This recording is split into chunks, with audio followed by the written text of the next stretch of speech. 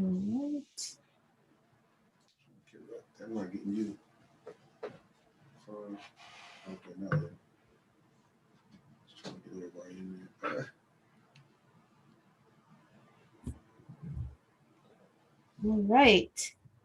Hello, everybody. Happy Thursday, and welcome to Guy Aitchison's Reinventing the Tattoo community, where tattooers, apprentices, and collectors are encouraged to join live events, share, inspire, and create art and tattoos together every single day. You can find us at community.reinventingthetattoo.com, or we're also in the App Store. Our goal isn't to keep you addicted to your phone, but to easily access inspiration and awesome conversations that you can put on in the background.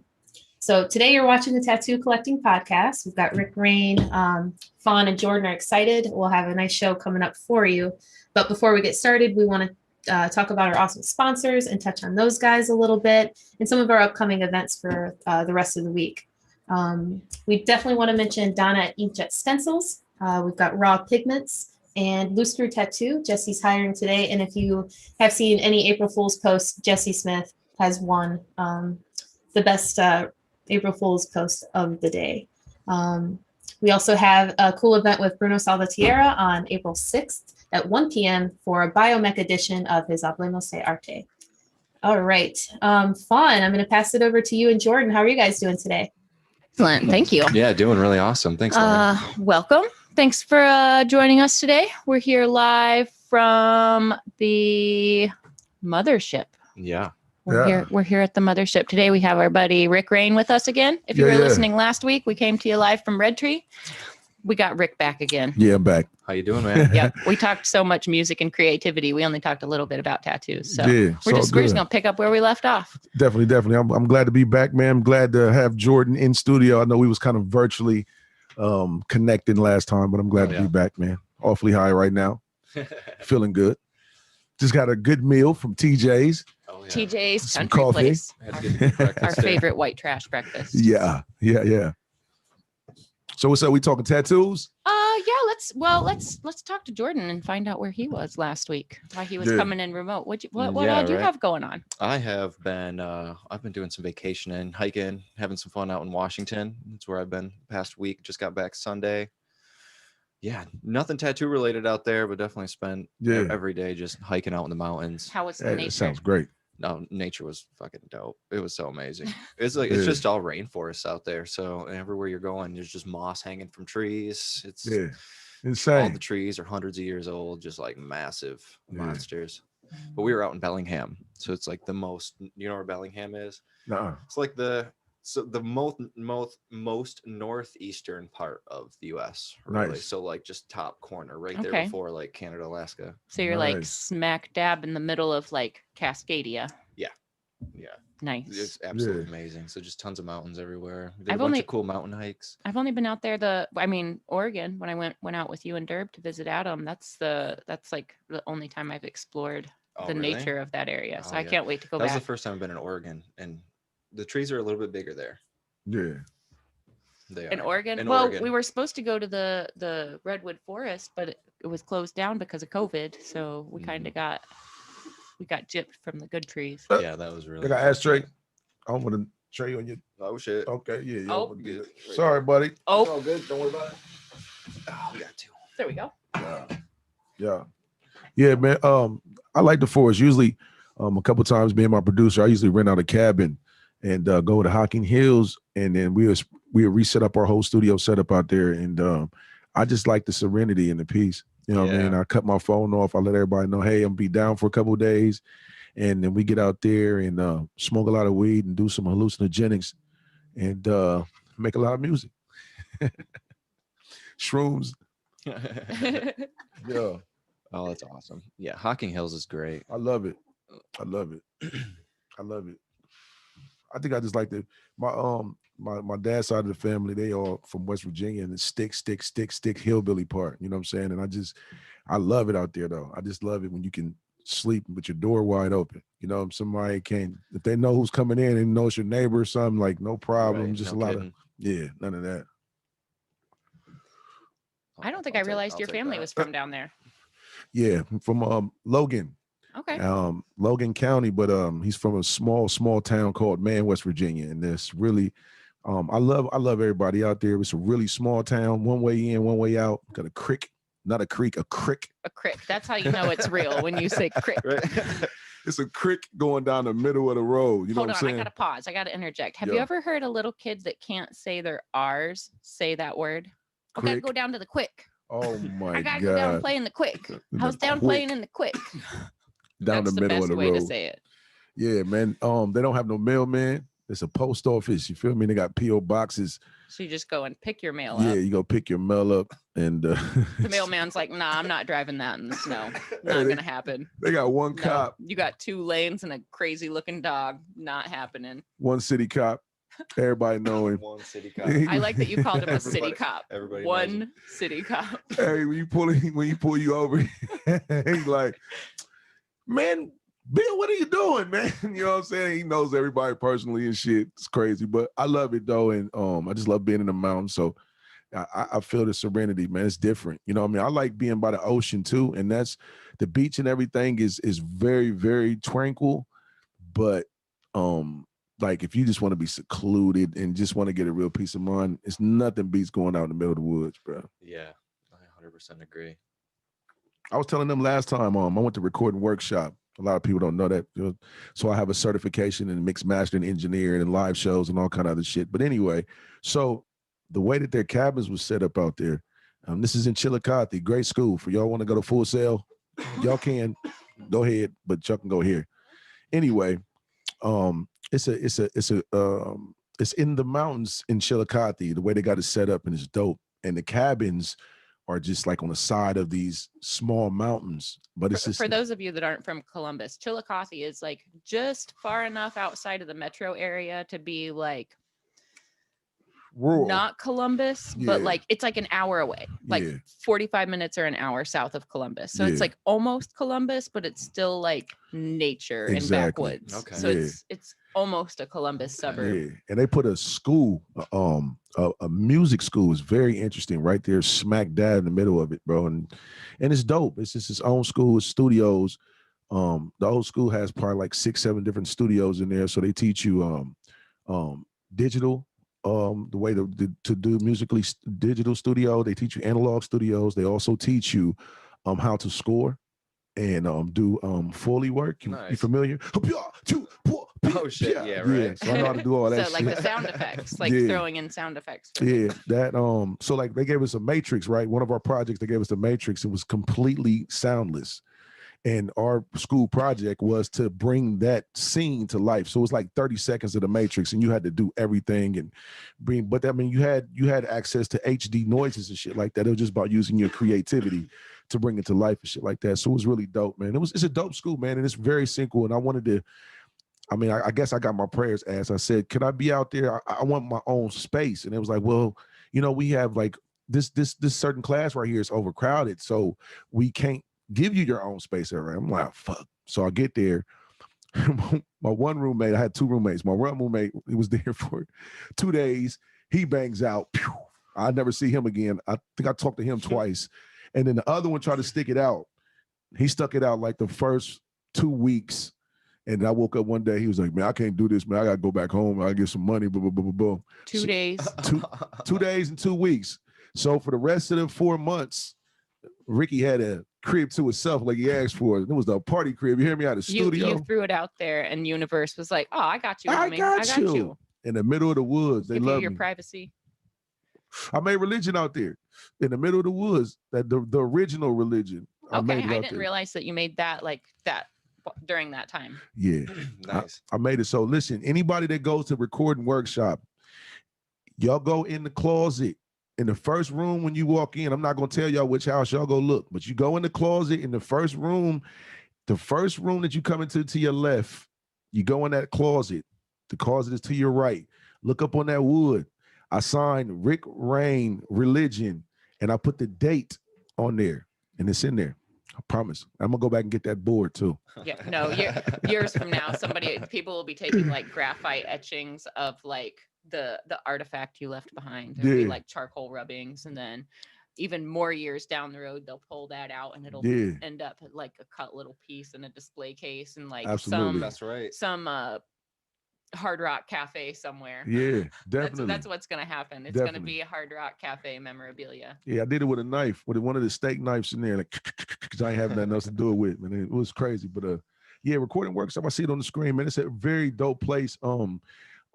Honestly, so one of my professors, this is a true story. When I was there, this when Beyonce was doing the Super Bowl, and she was needing a guitarist for a solo, right?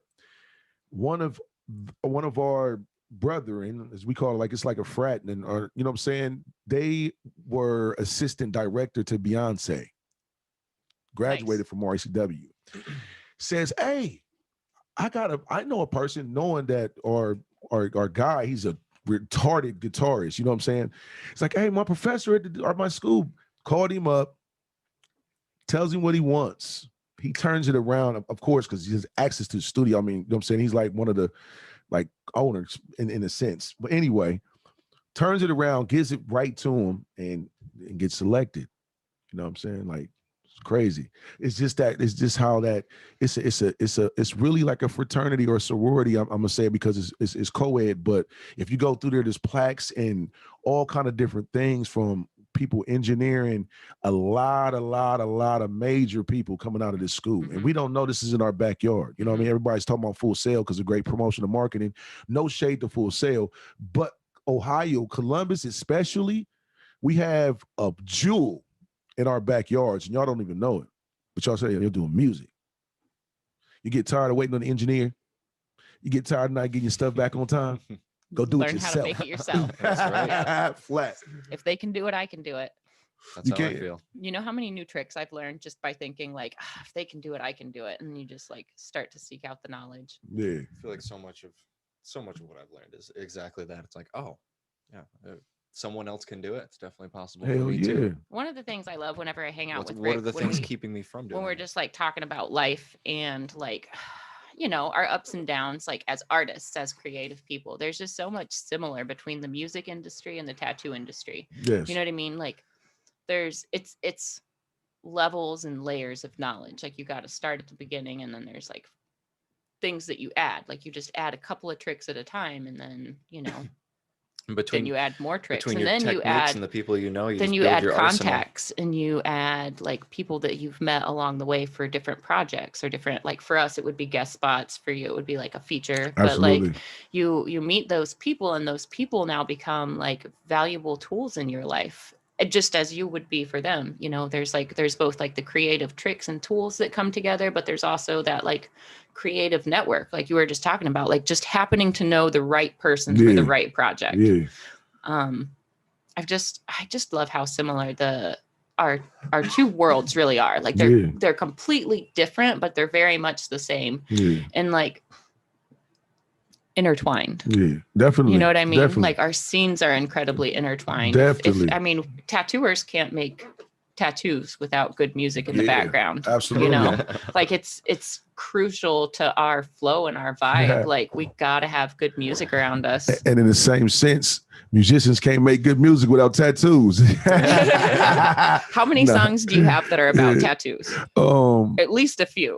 Matter of fact, you saying that kind of weirdly enough, me and my man Rich Regal and my man Wise, we actually got a video for this Tatted Up song that we did this April 11th in Lancaster at Mod.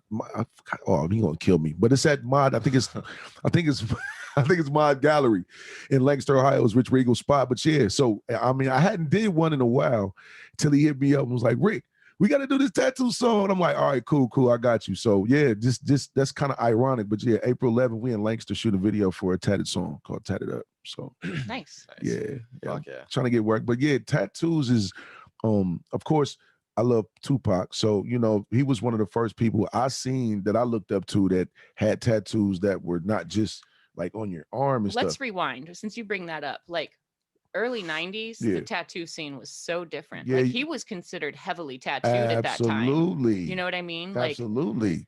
Absolutely. I mean, there were people with tattoos, but not to the On a degree stomach? that there are now. Yeah, Thug life on his pieces worth stomach? showing off. Yeah. That was like, wow. Did you see this did dude? what? He's crazy. Yeah. You know what I'm saying? Put And that But like shit on his people get into body. his body art and they're like, oh, this because does he have an ankh? Isn't there an ankh on he him? has Like, Nefertiti. mhm. He has an AK that says 50 niggas. And people know his tattoos. Yeah. Like they're just as iconic as he is. Yeah, definitely. Yeah, that's my guy. And honestly, man, I mean, outside of the music, people don't give him enough credit, hip hop wise, culturally wise. Like he helped change. Like we just talking about it. Like tattoos is such a major part of the hip hop culture at this point, and nobody can sit there and say. I mean, yeah, other people probably had tattoos, but Tupac was the first to come out with them all over his body, shirtless, like yeah, thug, like that was huge to me. I was like, wow. So yeah, I mean, we owe him. And the tattoo world definitely, as far as him merging hip hop with the tattoo art, to me, I definitely hold him a lot responsible for the combination punch, pom pom, tattoos and music. You know what I mean? That was my guy. So we just took it a little overboard. But you know what I'm saying? At the end of the day, it looks sweet as shit. I feel like, you know what? I feel like if he wouldn't have passed away, he'd probably be covered head to toe. Oh, he now. definitely. You know what I mean? Is the way that the tattoo community has grown Hell and the yeah. way that no like doubt about it's that. grown Hell hand in yeah. hand with the music scene. Hell yeah. Like it's normal. It's normal to see people with bodysuits in the music scene now. Yeah. 15, 20 years ago, like Lil Wayne used to stand out in the pack because he was Absolutely. covered. Absolutely. Wiz Khalifa used to stand Yep, out in the pack because he was covered. but now it's like everybody's covered, and it's Yeah. not just about getting covered anymore. It's about like Pieces. the quality of the work is getting Yeah. better. Yeah. Suits are getting like cohesive and telling Yeah. stories. Yeah. Like people are realizing the tool and the power Yeah. they have. Like it's not just getting Yeah. inky It used to be anymore. covering real estate. Yeah. That's what it used to be. Let me cover.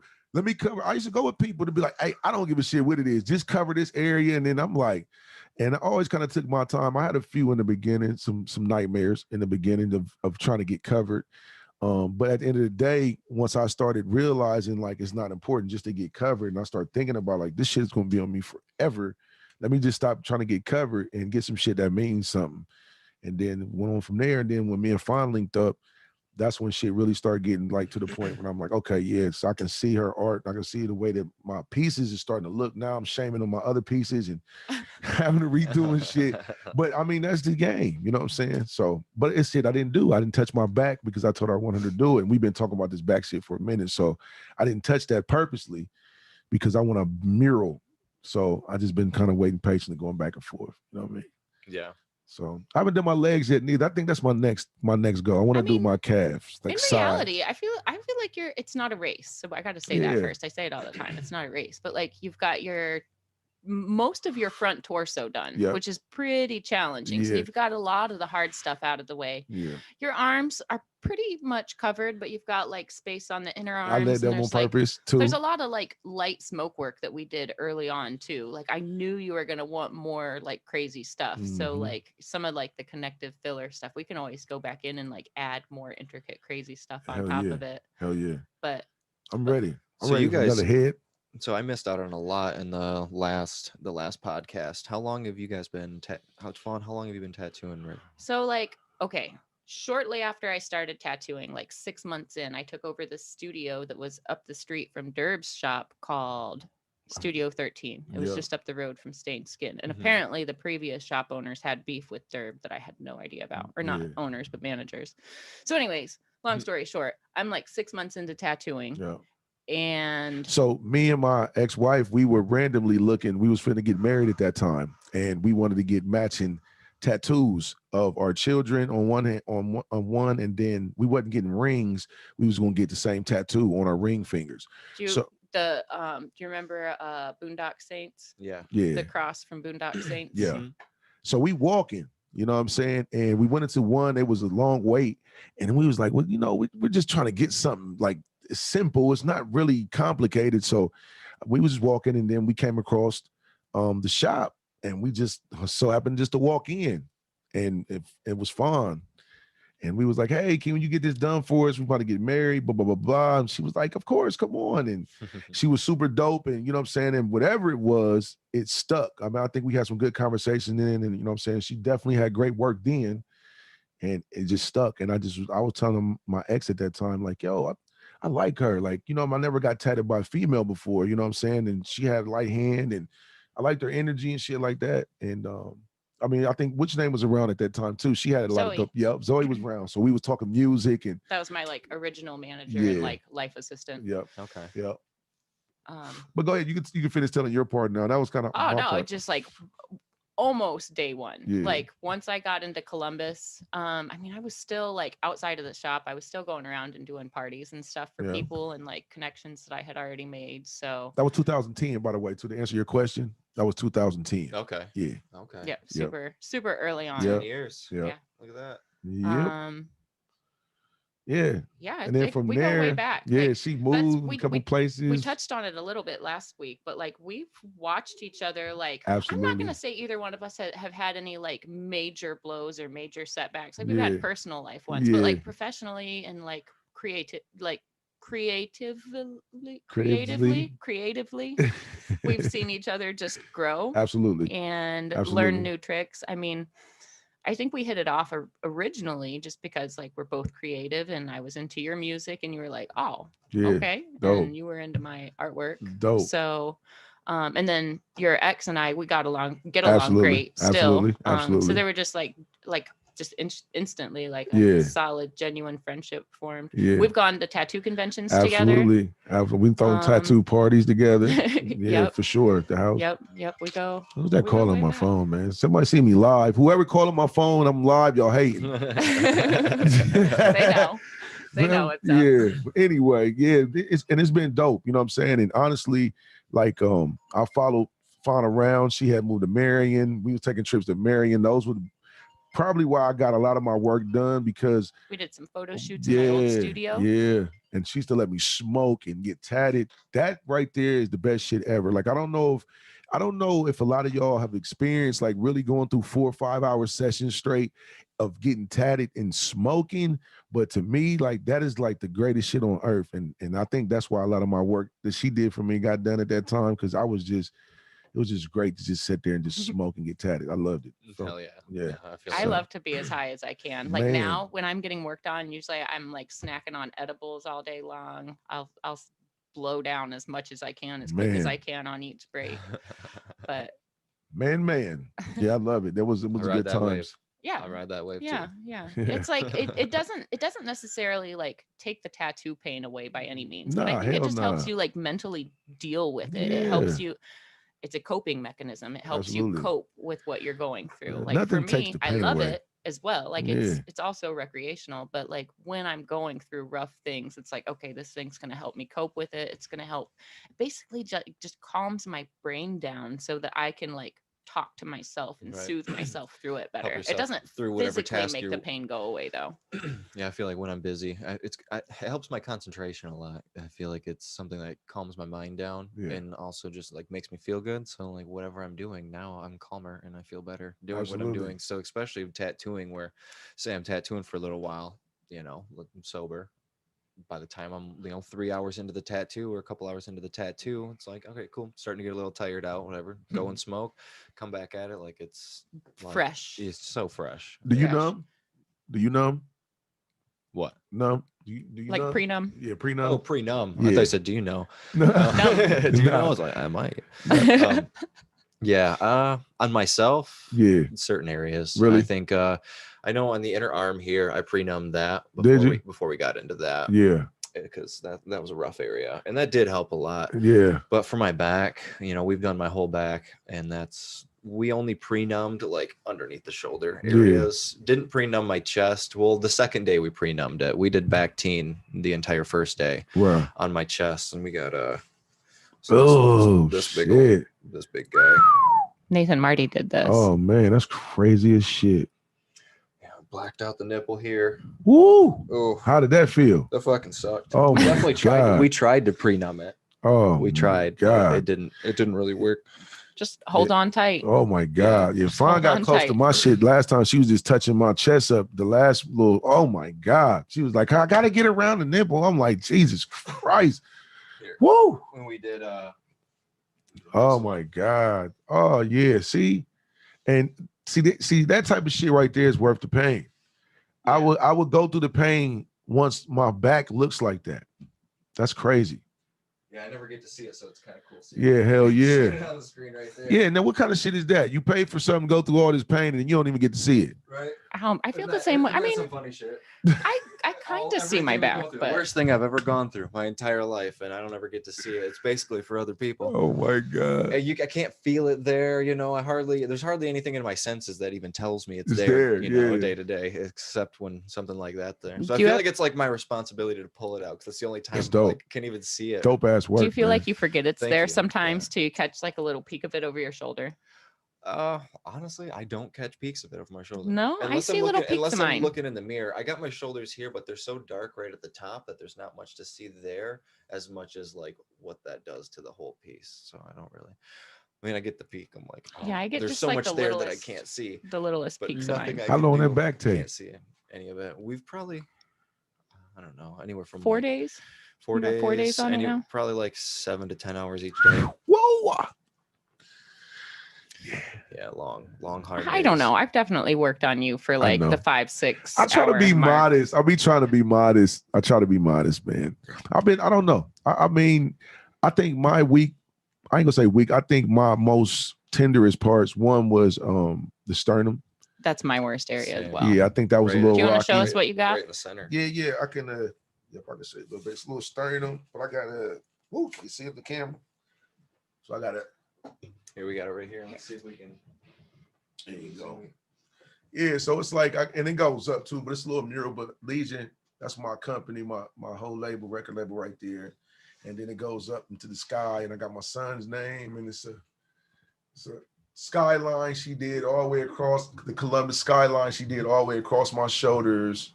You're too dark for us. to I see. know, Hold man. On. I Hold know. on. Okay. Hold on. Here we go. Take a camera down. Do the things. You want to switch us? There we go. Look at that. Okay, is that a little better? Oh, There we and go. what's that? Do you have color?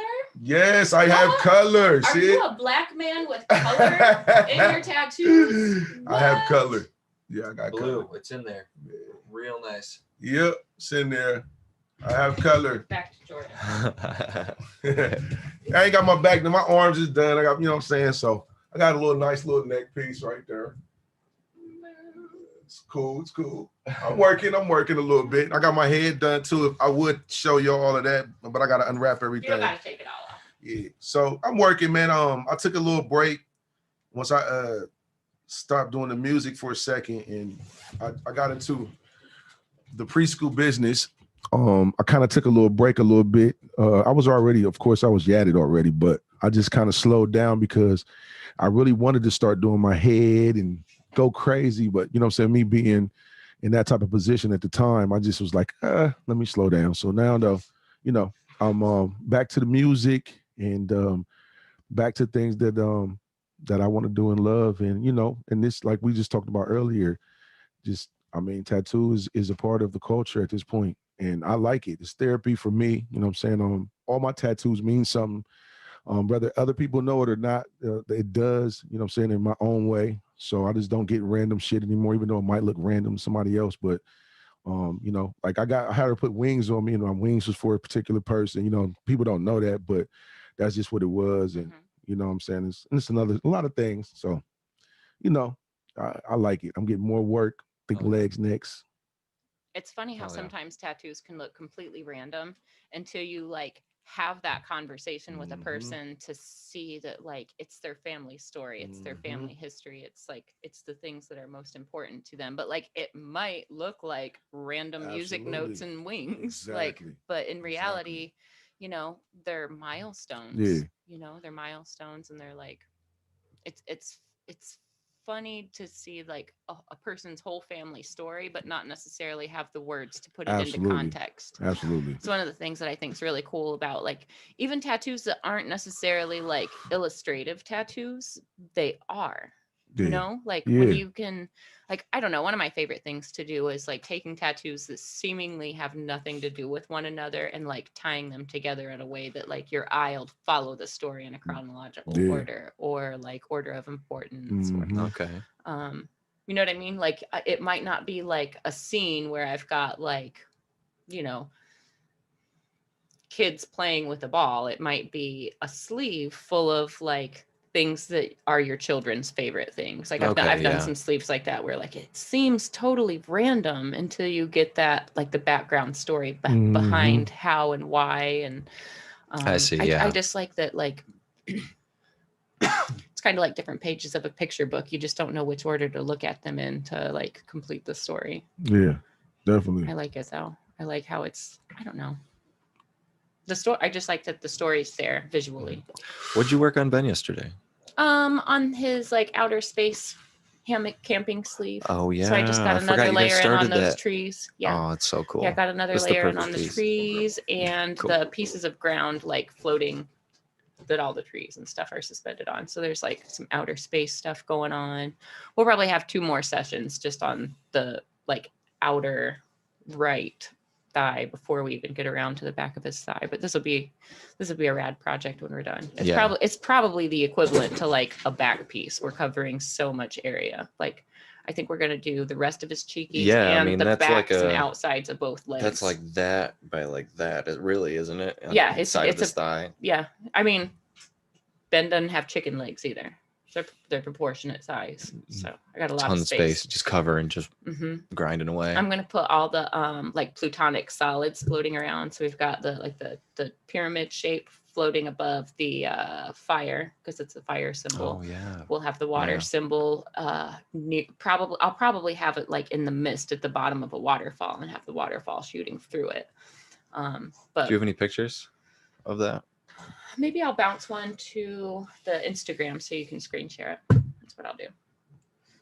But I'm really excited with how it's turning out.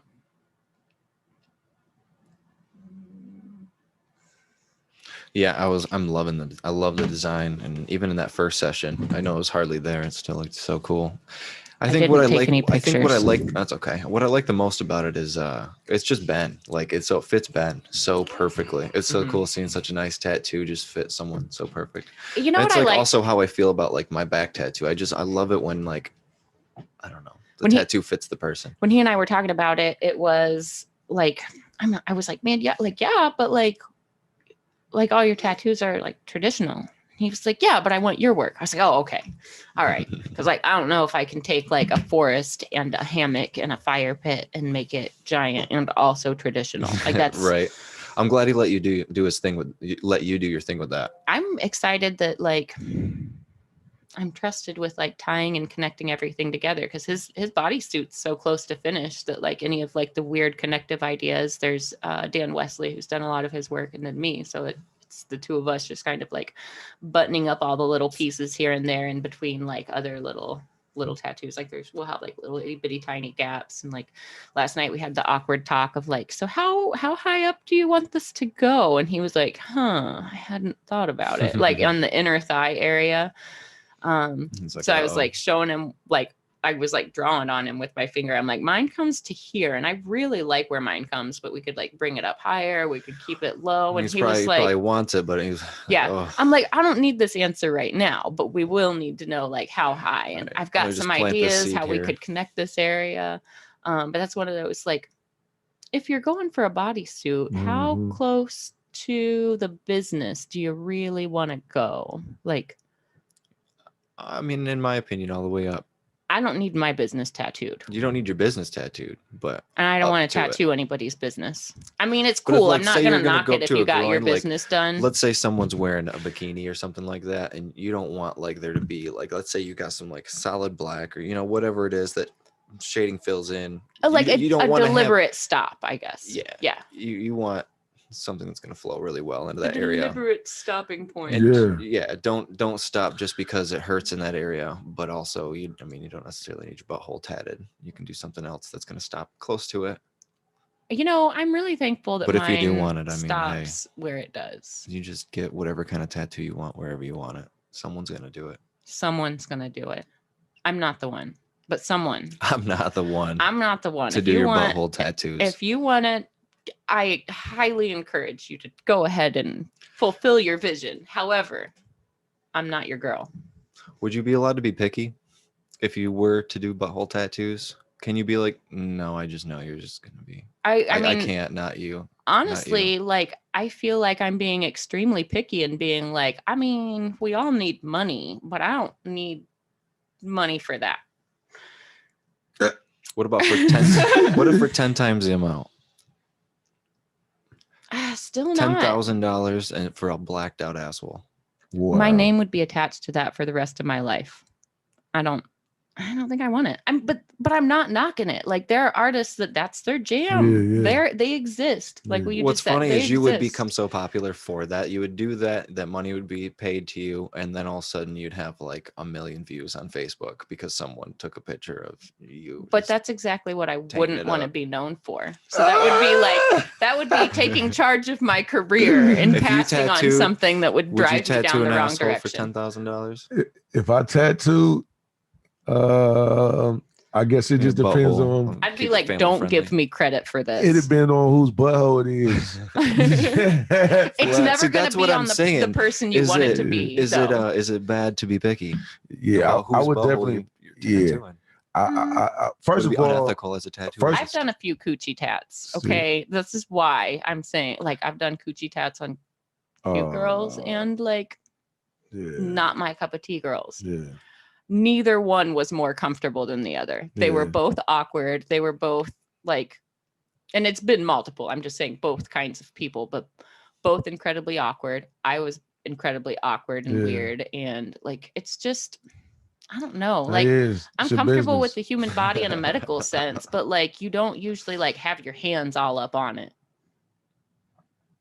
It's just not my cup of tea. Yeah. I wasn't comfortable doing it. And I mean, I've never done anything elaborate or extravagant down there, but like I have tattooed down there and it just, I prefer not to touch. It's not like anyone's gonna see it anyway. It's not like you can throw those pictures up on Instagram and stuff. You know. Yeah, but if you want it done, fulfill your vision. Like, I'm not discouraging anyone. I'm just saying, I'm Right. not I'm in your full girl. support of those who decide they want to do something like Yeah. that. I don't feel the need to do that. Yeah. I don't really. I'd rather tattoo something big and wouldn't bright and ask- something that you're going to show I off wouldn't every ask the day. tattoo, Yeah. but I wouldn't ask someone. But if they paid me enough and we were finishing like a bodysuit, I think I might. Hmm, Or I don't know. I feel don't like know. that area, I don't know. Maybe even on the Yeah. closest friend, I just feel like that's, might be good to make Nah. a preemptive rule of just no. I mean, that's where I'm at. That's where it's like, how much money would it take? It's like, well, I've already done too many. I don't even really want to be with a I've- client and have to I've sit done there too back many. and forth and be like, nah. When the conversation goes like, wow, this really follows the contour of your labia nicely. That's too far. That's Yeah. too much. Ah, That's too much. I do think that unless they're Too much. specifically asking and that's what they want and that's what you do. I can see like torso pieces that come down incredibly low, yeah. but like, I can see some like blackwork geometric pieces that got big flows and stuff. yeah, that would where move it's like under the appropriate groin. to come down into that part of the body. Because I But, wouldn't like, want to just like do stop like it there. if your torso tattoo requires it to be done, I'm all for it. But like if somebody comes in and they're like, I want a butterfly right here. No, I wouldn't do it. I want a wouldn't even- chocolate covered strawberry. I would never do like I would never just I do want like a the small. Playboy bunny It would have to with be part. some random It lettering. would have to be part of a whole. you I know? want the Rolling Stones lips. Want the Why is Rolling it that that's Stones what lips. people want is coochie tats? Like Mhm. you want, oh, this isn't an original idea. You understand, right? This is That's why I want. all it. right. That's All what. right. That's why I want it. This is not original. I Not didn't have to think. I original. didn't have to think of it. Rick's rolling his eyes. You've seen it before, haven't you? Yeah. I know you've patroned a few strip clubs, so you've seen exactly some of the things that I'm talking about. Yeah, I've actually owned a few of them, and yes, earlier in my days, I've witnessed a lot of coochie tats and piercings, and yeah, I mean, I It always loses wanted its to ask. excitement, doesn't Yeah. it? Like, is this a personal message or is this a billboard? How many people get to see this? I always wanted to ask though, who did that? You know what I mean? Was it secluded? I mean, how did he feel about it or she feel? I mean, I always There's a wanted to story know. here. Yeah, but I Every never- tattoo's got a story. You're just gonna keep that one secret. Yeah, yeah, I kind of left it alone after that. Right. Okay, I mean, guess you have your own moment, I declare to do any of my goods. I'll probably go do some leg work a little bit, but you know what I'm saying, torso, of course. I don't want my goods pierced or tatted. I don't understand. Like, I mean, everybody has their own different strokes, different folks. I just don't want that type of I don't need that. That's supposed to be something that's pleasure. I don't. But I guess different people get different pleasures out of it. Yeah, I can't torture myself. But different people The get worst, different man. pleasures out of different things. So I just choose. Yeah, I'm gonna choose to stay away from that. Yeah, if you're not feeling it, Yeah, don't do it. yeah, I'll choose to stay away from that. No judgment. You're not gonna have a good day. No judgment. No, Unless that's the kind of stuff that gives you a good day. Yeah, exactly. And there's people out there. And you already know yourself if that's gonna be the case. You're Yeah, not just I gonna feel jump into it and be like, oh, I kind of like that.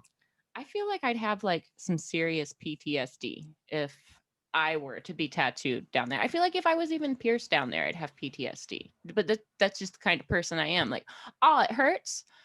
I'm cool. Like, and I've got a pain threshold. I've been tattooed everywhere, but like some pain isn't worth it. Exactly. Like, oh, exactly. I'm cool. Like, it's gonna heal quickly. Nah, I'm still cool. I'm still. And then I'm I know still ones cool. that do it, they lose the jury, and guess what happens? It closes. Then guess what happens? You got to go redo it again. No. Nope. No, nothing against piercings. Nothing against piercings. I've never been too big into piercings. Well, this isn't the piercing collecting podcast, Nope. so it's not. it is the tattoo. Yeah, I have nothing against collecting piercings neither. I'm not a piercer. Now I am debating on my nose. I think I'm about to get my nose done, but I just think that's it. I did the ears. So you're gonna get a septum or the side? No, yeah, side. No septum. Mm-hmm. I'm gonna get a I side. could see it. Just a tiny little diamond. Yeah. Mhm. That's all I want. And no septum. No, I mean, and nothing wrong with septum. I don't think It's a bit more of a statement. Yeah, I might get to it. I might get to it though. I might get to it because I'm starting to open my mind. I would have never thought I was gonna get my head tatted, go bald. So I could see it though. I could see the septum. little septum. Lucky John. But I heard, hey, they said it wasn't that painful. My people said it really wasn't that painful at all. So yeah, I had one for a few years and I took it out Did you? just because. Yeah, I had a few facial piercings. I took them out just because I liked the way I looked. I got sick of having metal in my face. And it just felt like it was like always there. I kind of toy with the idea of guess I getting had my snake labret done bites. and stretching it out and wearing like a nice opal inlaid into like, I don't know, some kind of That'd be cool. bone or wood or moonstone or I don't know, but I could definitely see like a stretched labret here. I've kicked that around for a long time, but now that I'm spending all this money on my teeth, I probably won't do anything that will wreck them. So I might throw that labret idea out. Get a little Uzi Vert diamond. Nice, in nice. my forehead. I'm with it. I'm all with it too. I'll call you Jordan Uzi Vert. Or my diamond third eye. Hey, that's when you know you get too much motherfucking money, man. Oh, that's my pineal Just trying diamond. to figure out what to do with it. I'm bedazzling my pineal. It's okay. I'm gonna put a $30 million nugget in my head. Yeah. I just worry about getting robbed, and that's like the worst because someone's just gonna rip it right out your forehead. Yeah, bro. Let me get it, bro. Get it. Just get in a fight with What if someone. he faked just us the all? first thing you go What if it was fake? We just faked everybody. I just saw this video the other day where somebody was going around with a diamond tester. Somebody was walking around like we could say crowded city streets with one of those electronic diamond testers, and they'd walk up and start a conversation, be like, "Oh, is that your engagement ring? How much did you spend on it?" Turn to the husband or significant other, whoever, and they'd like drop some crazy number, and then they'd test it, and it would be fake. I mean, if you're gonna buy a fake ring, that's cool. Yeah. Whatever. I mean, it's still be honest though. Yeah. Right. Yeah. Like, oh no, this is a CZ. I still love you. Yeah. You know what I mean? Diamonds are girl's best friend. You're not my best friend yet. Yeah. Fair. Take it easy, baby. Fair. Come on. Fair. You know what? I feel like my style is like, oh, I found this raw garnet. It's not even in a piece of jewelry. I'd be like, this is amazing. This is put that in my pocket forever. Excellent. Thanks. Earth did a great job with this stone. I think females expecting diamonds and all that shit, man. I think that shit is played out. Like, I think at this point, I've experienced both sides. I've experienced the higher side and the lower side, and none of that shit matters if you don't really give a fuck or really actually love the person that you're dealing with. They can give you everything that you ever wanted. If that's all you want, once that stops, then everything else stops. You know, they can give you all the sex you want. If that's all it's about, once that stops, everything else stops. So I know my personal experience. I mean, I like nice shit, but I mean, if the amount that I spent on a diamond ring for you or something like that equates our relationship and how we feel about each other, then I shouldn't have to buy you shit. Yeah, you hit the nail on the head. You know? I mean, absolutely. I got some friends that's super dope. They won't even let me buy them shit. And they won't let me pay for anything when I'm around them, you know? And it's females. And they just say that you're a good person. And this ain't got nothing to do with us being in a relationship or nothing. It's some real true people out there that really understand. Like it's deeper than just being cool. Like we can be cool and be cordial and don't have to be in a sexual relationship. And some of those people are some of the dopest people I ever met. You know what I'm saying? Female wise, especially. They don't equate about price or. You know what? You know? I feel like as a generality, expectations kind of sour situations. Like just putting too many expectations on each other. Like Definitely. any kind of relationship, whether it's a friendship, Definitely. work relationship, Definitely. intimate relationship, whatever kind of relationship, like having expectations of anything, like other than like, you know, unmaterial expectations, like having material expectations or putting like timelines on things, that's like toxic. Yeah. You know what I mean? Yeah, Like when you got expectations like that, you're going to get let down because that's just how life works. When Yeah. you create Like- unreal expectations or too many expectations based off nothing or based just on what you think Exactly. should be. Like, yeah, I'm supposed to get a ring from this guy. on the flip He's supposed side, to spend fucking 10 plus grand on this thing for on the me. And flip if he doesn't side- do that, he must not love me. Yeah. Because my bitch just got one done. Her dude just bought her one. He was 3.5 carats and he took her to Miami and proposed Right. on the beach. And Oh, cool. Well, I just got you this ring, and I'm glad the expectations are that high now. Yeah. Because but if you go the other way around, if you're not worried about like impressing people and material things, if you surround yourself with good quality people, those Exactly. things just come. Yep. You know what I mean? Like when you're around quality people, blessings are showered upon them and in turn are showered upon you. So like when you just hang out with people that are good quality of character, you don't have to worry about the material things. Absolutely. That's like after the fact. That's an afterthought. Like when everything else is stacked right, the nice things come. Absolutely. You know what I mean? When you've got people that definitely always have material expectations, it's almost backwards. It's like you got to work on your character first, and then those things come along the way. Yeah. But it's, you know, sometimes you get duped. Sometimes the wrong people make it into your circle, and like it'll trick you. But like as a rule of thumb, if you're generally trying to surround yourself with like other people who are not materially motivated, but just driven, like quality of life driven. Yeah. All of the material things come after the fact. Like when you worry about like being a quality character and making intelligent life decisions, then those material things come after the fact. It's like the chicken before the egg. I mean, Rick, how many times have you bought a girl something for however much, maybe even thousands of dollars, and then that relationship goes to crap or something eventually, and then it's just gone. He's just rolling his eyes. Then it's just gone. He's just rolling his eyes. Bro, listen, man. Okay, so bald is one thing.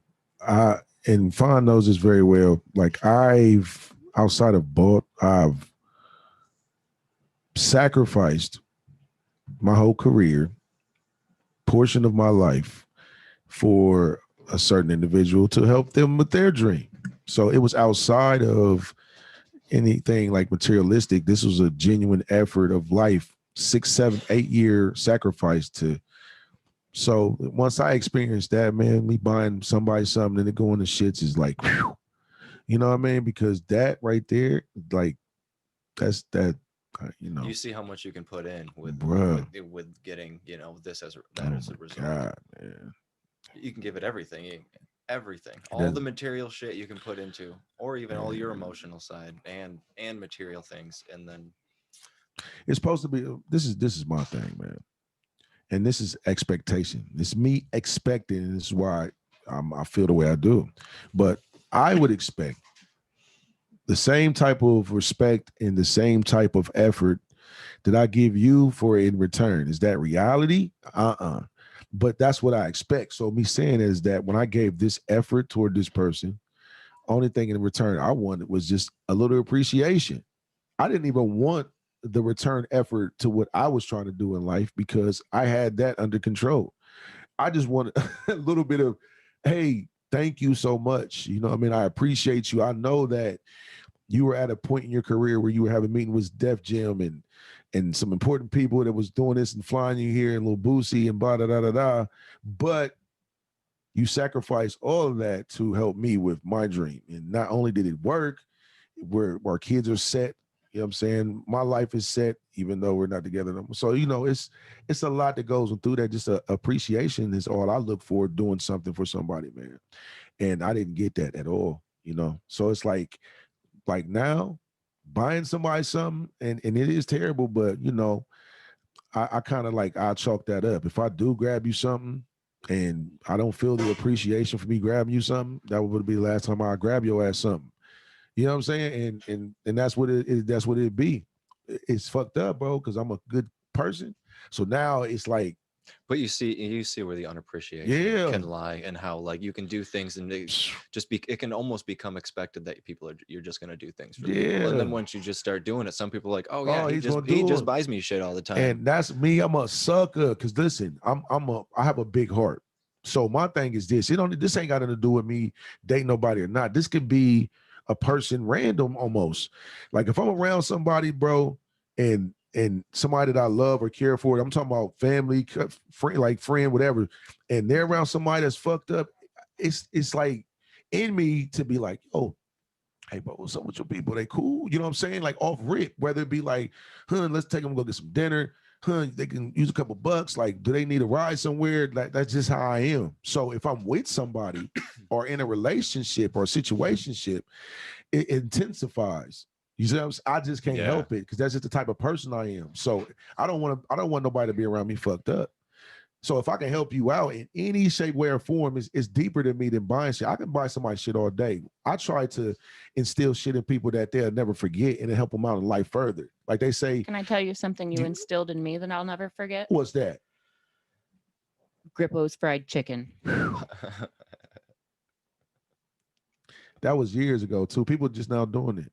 Grippo's fried chicken. Do you know about Grippo's, I've right? never heard of Those delicious barbecue potato chips that I hipped you to when you first moved to Columbus.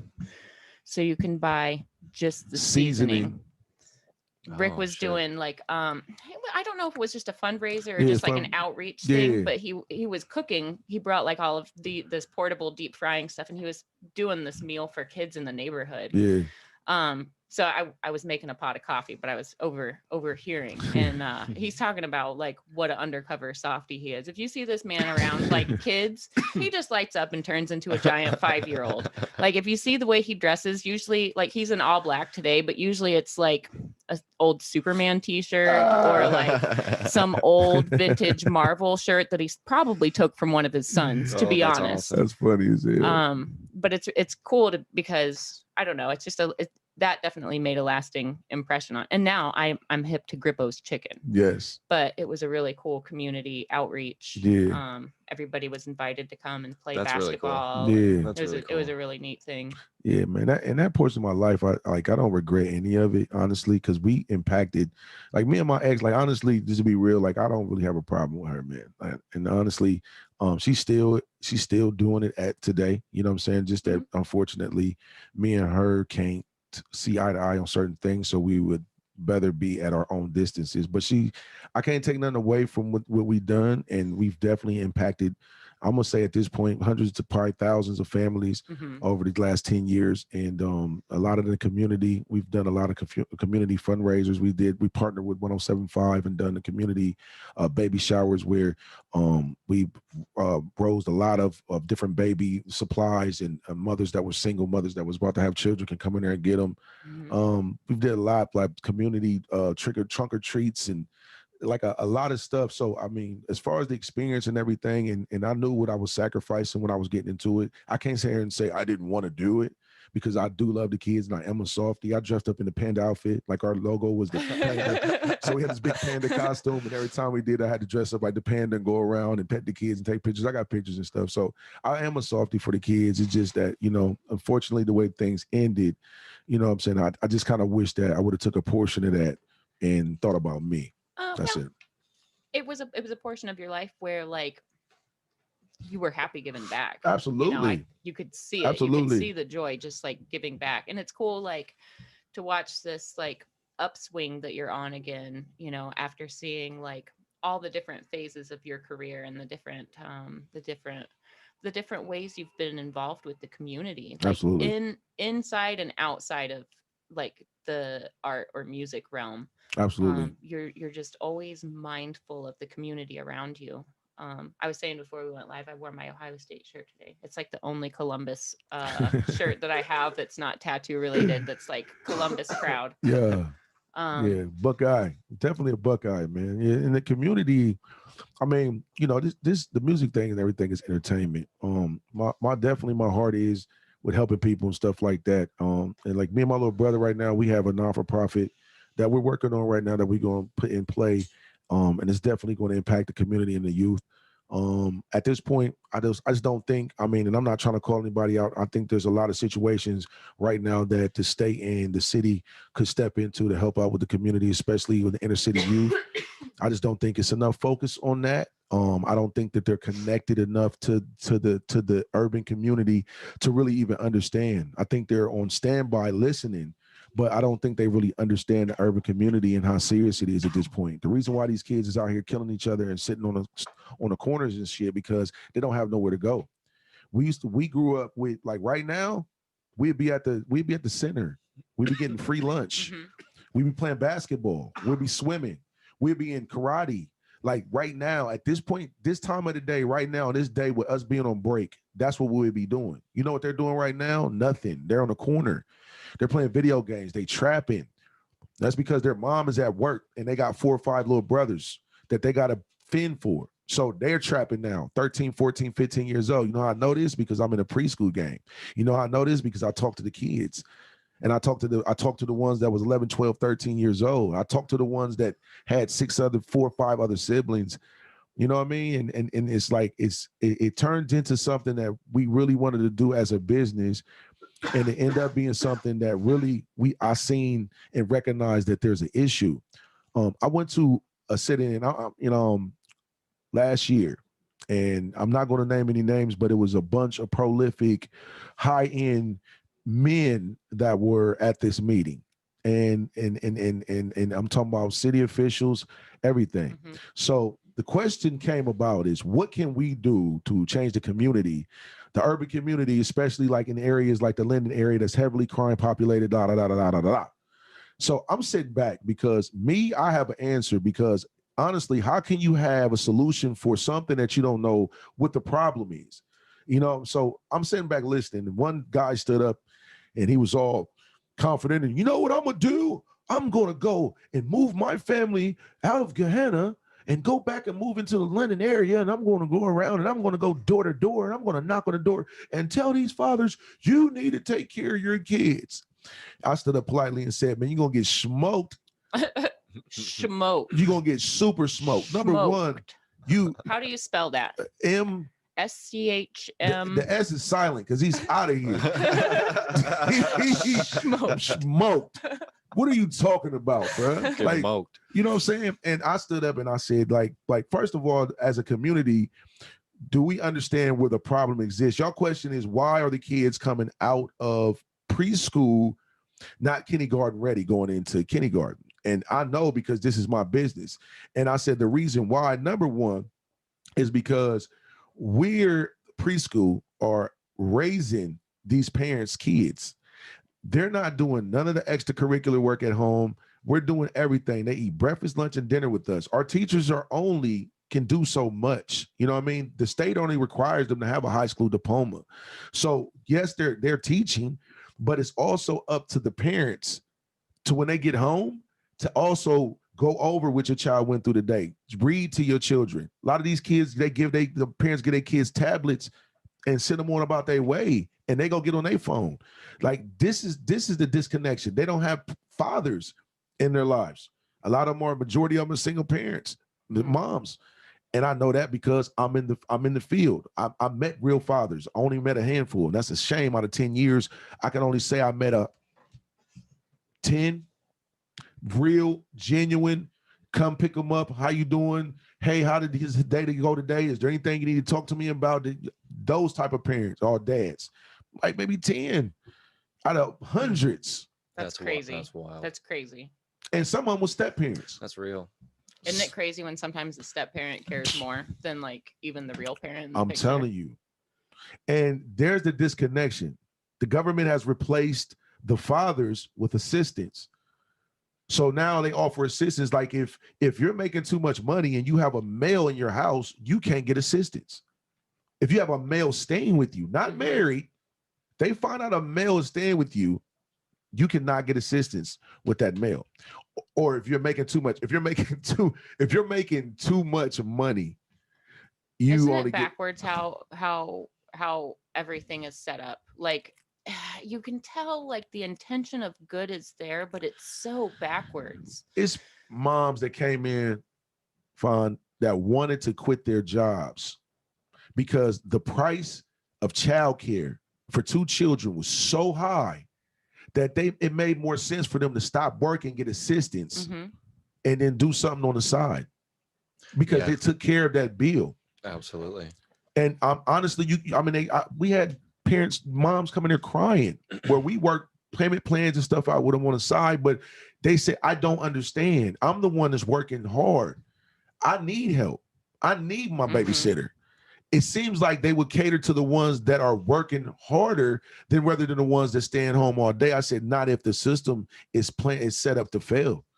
If the system is set to plan for them not to go any further than that and to rely on them like they're relying on the male, then what happens? You know what I'm saying? It's a whole system. The male needs the female for organization and structure. We know that in life a lot of times. We can get it on our own, but it helps because women are more administratively balanced than we are. That's a fact. Let's be real. So when you take that away from the male, what happens? He goes astray. So if you get the woman to the point where she feel like she don't need him at all because the government is going to cover him and the babysitter is going to cover the rest, then the male's out astray, acting a fool. Next thing you know, he's in jail. He's done. Then the kids is going to grow up in the same cycle. It never breaks. That's what it's set up for. I've never actually like specifically looked at it from that point of view, but like you've seen it from the inside out, and I know how involved you and your ex were with like all of the inner city workings of Columbus. Like, it's true. Yeah, you guys.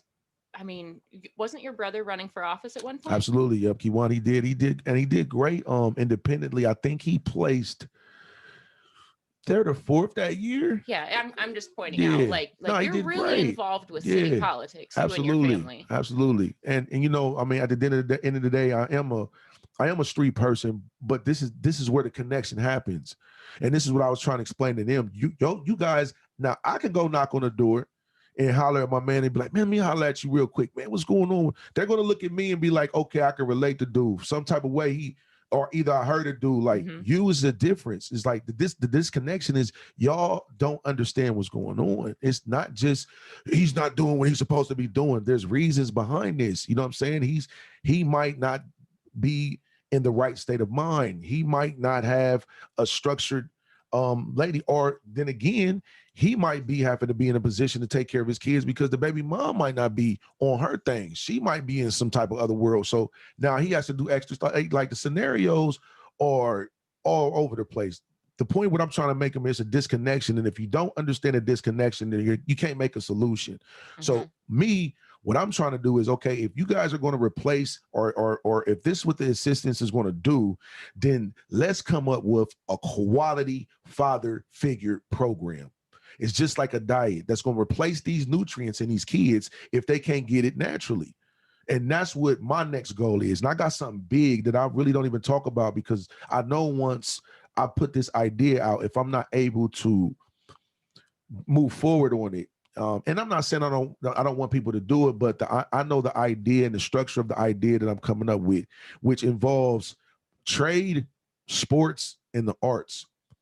And the way that I've intertwined this whole idea, the government, I already know Oprah, LeBron, somebody's gonna come buy it, because the idea is from a person that's on the inside. And I'm understanding what's going on, and I understand the disconnection. If you don't understand the disconnection, then you can't possibly give me a solution. I don't care what type of degree you got or how long you've been a lawyer. I'm connected, and I know what's going on. Yeah. You know what I mean? That's beautiful, man. It's really cool. Yeah, Excited definitely. to see how that so that's my other side. That's my softy side, man. That's the That's good, man. He's Keep like touch with that. softy and a little bit political Yeah. and like that's what's gonna help the kids, kind man. of hood. absolutely. Because I understand them. I had team parties. Fun though. Like I had the biggest team parties in the city, and we kept the violence down on the inside. It was hard to control the outside. So I just stopped it because I didn't want nobody's child getting killed on my clock. But we was basically giving them something to do, and we was controlling it. I was like the big brother, the big uncle. Like, your parents is out of town. All right, we gonna have this party, but if y'all break anything, we ain't never having this shit again. You know what I'm saying? And it was that type, and it went good. It got to the point to where the kids was outside acting crazy. I was downtown. And they was like, no, we're not doing it. But it worked for a while. We switched a couple places, and it was just all together. We had me and my man Highlight. We had a Stop the Violence movement walk. You know what I'm saying? From Grant all the way downtown to the Capitol building. And I mean, we've done some stuff in the past. You know, a lot of people. You know, it's a lot of the protesting and stuff things going on now. But we've been pressuring this Stop the Violence movement and trying to get the kids together. Are we perfect? Am I perfect? No, but by no means do I promote violence at any type of way or form. I mean, I do hard music, but a lot of my music is your music's not nothing about like I don't know. You're not one of those guys that's like rapping about guns and which is cool. And I like some of that music when I'm in that mode. You know what I'm saying? But me, I'm just saying that's not the kind of stuff that comes out of you. No. I want my shit to last for years. Listen to it, but. Yeah, but I want to put out some good music. I want generations, like I told everybody else, I said, this is the way I break down my music, right? My grandma likes my music. My mom likes my music.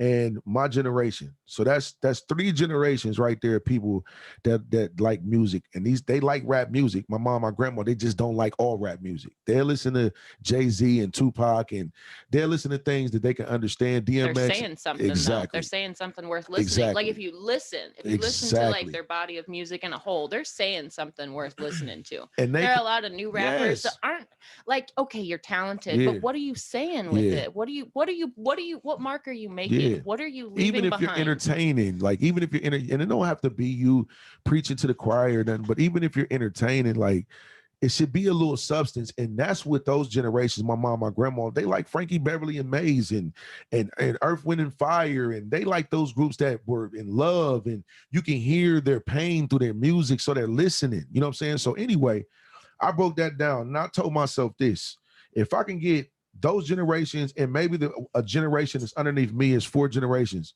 Underneath that is maybe 2 or 3. I don't even want those generations. If they come on board, the ones that are listening, cool.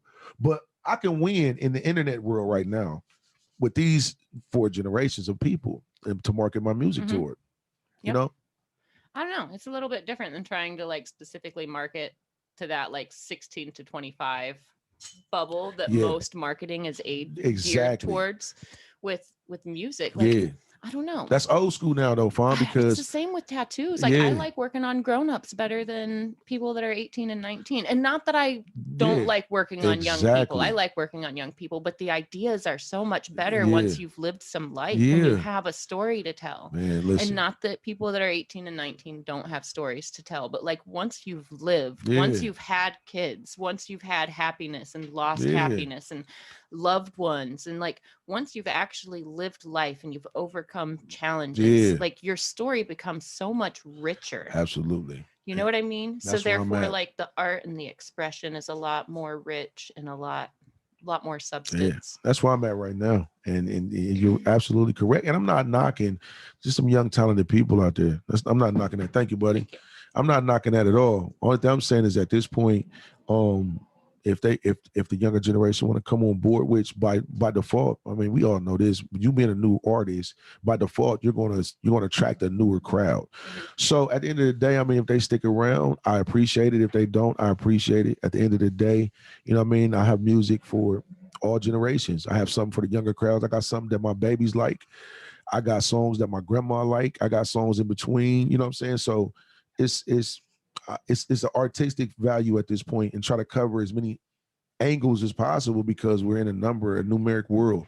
Everything is numeric. It's numbers now. Like how many people can you get to listen to you? And if you can hit different age groups and different genres of music, even in hip hop, I mean, you know, hip hop is broke down in different genres now. It fucked me up for a minute when I first went into it, like lo-fi hip. What the fuck is like? Seriously, I was fucked up. I didn't know, and I think I'm a hip hop enthusiast. I'm like, hold up, this shit is broke down like this. Trippie Redd is what? This ain't, he not just a rapper. You know what I'm saying? And it fucked me up when I really started breaking it down and start thinking and seeing like, wow, this is how big hip hop got now. It's different genres inside hip hop. It's not just hip hop R&B. That's what it used to be. Subgenre on That's subgenre. crazy. Yeah, that's really cool. I mean, that's something music's done like all around the board. It's like, you know, even when it comes to like metal or any kind of rock or any kind of electronic music, all of it's just got so many subgenres. Yeah, bro. And then you got subgenres within those genres a lot of times. Yeah, it's dope. Now you can just kind of make up whatever genre you want to. It's, you know, it's like just put a name in front of it and be like, hey, this is, you know, just some, you know, something. Love it. But I think that's awesome. That makes it super creative, and it makes it so people are coming up with so many different things. Absolutely. And everything is, you know, absolutely. Keep me out of the box. Jumping off of the last thing that was created, but couldn't have been created without the last person that they stepped off of. Listen, y'all gonna hear me do rock shit. Y'all gonna hear me do hardcore hip hop shit. Y'all gonna hear me do smokers, and like it's all over. At this point, man, it's creatively out the box. What can you do? How creative are you? Show the world how creative you are, and that's what it is for me. And I'm glad I can like. I need to ask you a question. I like dressing like I want to and being free. What's up? I just sent Jordan a link. Yeah. How do you feel about us sharing your video, your religion video, the current one before the collaboration? Yeah, let's do it. Yeah. Put something on. Hell yeah. We've been talking about, I honestly, like right after talking about a little bit of your like backstory, I feel like it's kind of appropriate to play this video, because like your intro, after hearing some of the stuff that you've been through in your life, it makes like the intro, like he does all these like super big cinematic intros to his videos, like just drums everywhere. I love it. But this kind of like pulls like your life story full circle into this video, and it makes it seem a little bit more prolific when you hear like all the things that you've done and how involved you are, and how you're using the term religion in this song. It's really cool to actually know you and hear it and see it. The one you sent won't work. It won't work. What happened? What is? I'll look it up on YouTube. Okay, cool. Just put in there Rikk Reighn religion, Rikk. It's probably come right up. Rikk. Rikk. Yep, Rikk, and then religion. It's gonna come right up. Yep. That him. There it is. Yeah. You want to turn our sync in or whatever in thing on? I don't know what you're talking about. Remember one of these does music audio? Oh. Yep, y'all got a couple seconds, man. It's mini movie, man. No, I kind of got to take a tinkle time. Okay, so we're going to use this as our first commercial break. That's good, man. But I like to put effort into it. You know what I'm saying? So it's kind of cool. We'll get your commentary over it too. Yeah, hell yeah.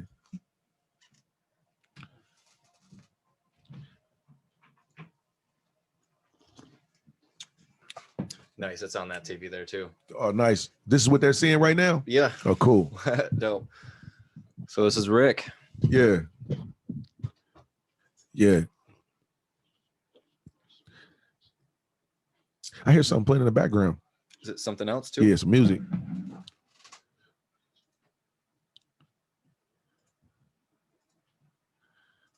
I was like, damn. Got my own Spotify going. It's all good. It's like, got some trappy beats back there. Yeah, kind of creepy, but you know, it's all the significations of I love that though. Different things. I'm all about creepy.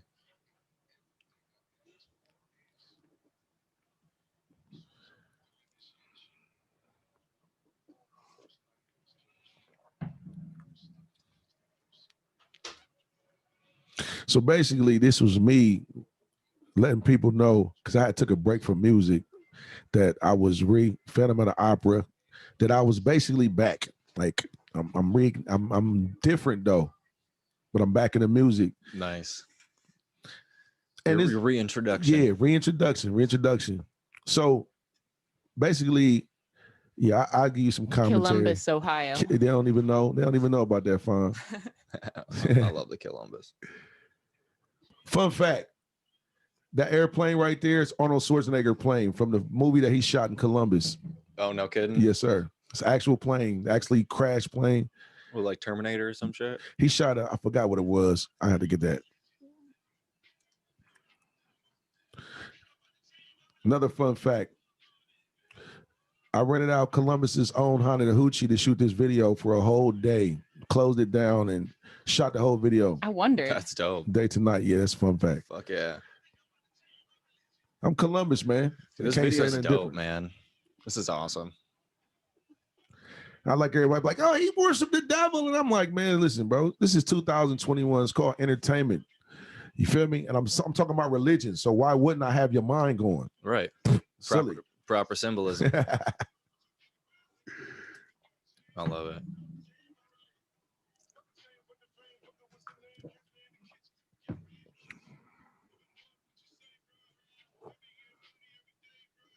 I showed this to Derb after you left the other day, and he was like, okay, he's Right. local? I was like, yeah. Yeah, that's how Yeah. I felt when you showed me. I was like, all right. Fuck Yeah. yeah. About to show out for the city, man. Why you tattoo this guy?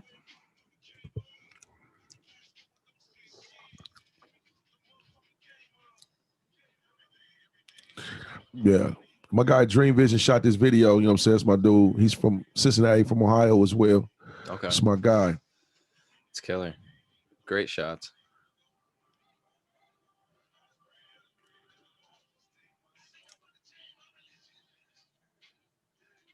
I love that, like, chase in the background of this. Like the plants growing up the piano there. Yeah, I don't think I'm gonna get no credit for this video till after I blow, and everybody's gonna go back to it. Like, did you see us religion the first video? Right. Jesus Christ! We gotta have that content out there. Yeah, got to. I ain't mad. I'm about to load them up. So how I feel about the podcast, I'm like, all these episodes are cool now, but you know, when it's like 2 years down the line, 3 years down the line, people coming back to the first ones, maybe. Yeah, it gets I mean, better because and better every that's time. what I do with other podcasts. Yep. I mean, I'm listening to like, you know, 5 years ago podcasts from certain people. Yeah. I went back too.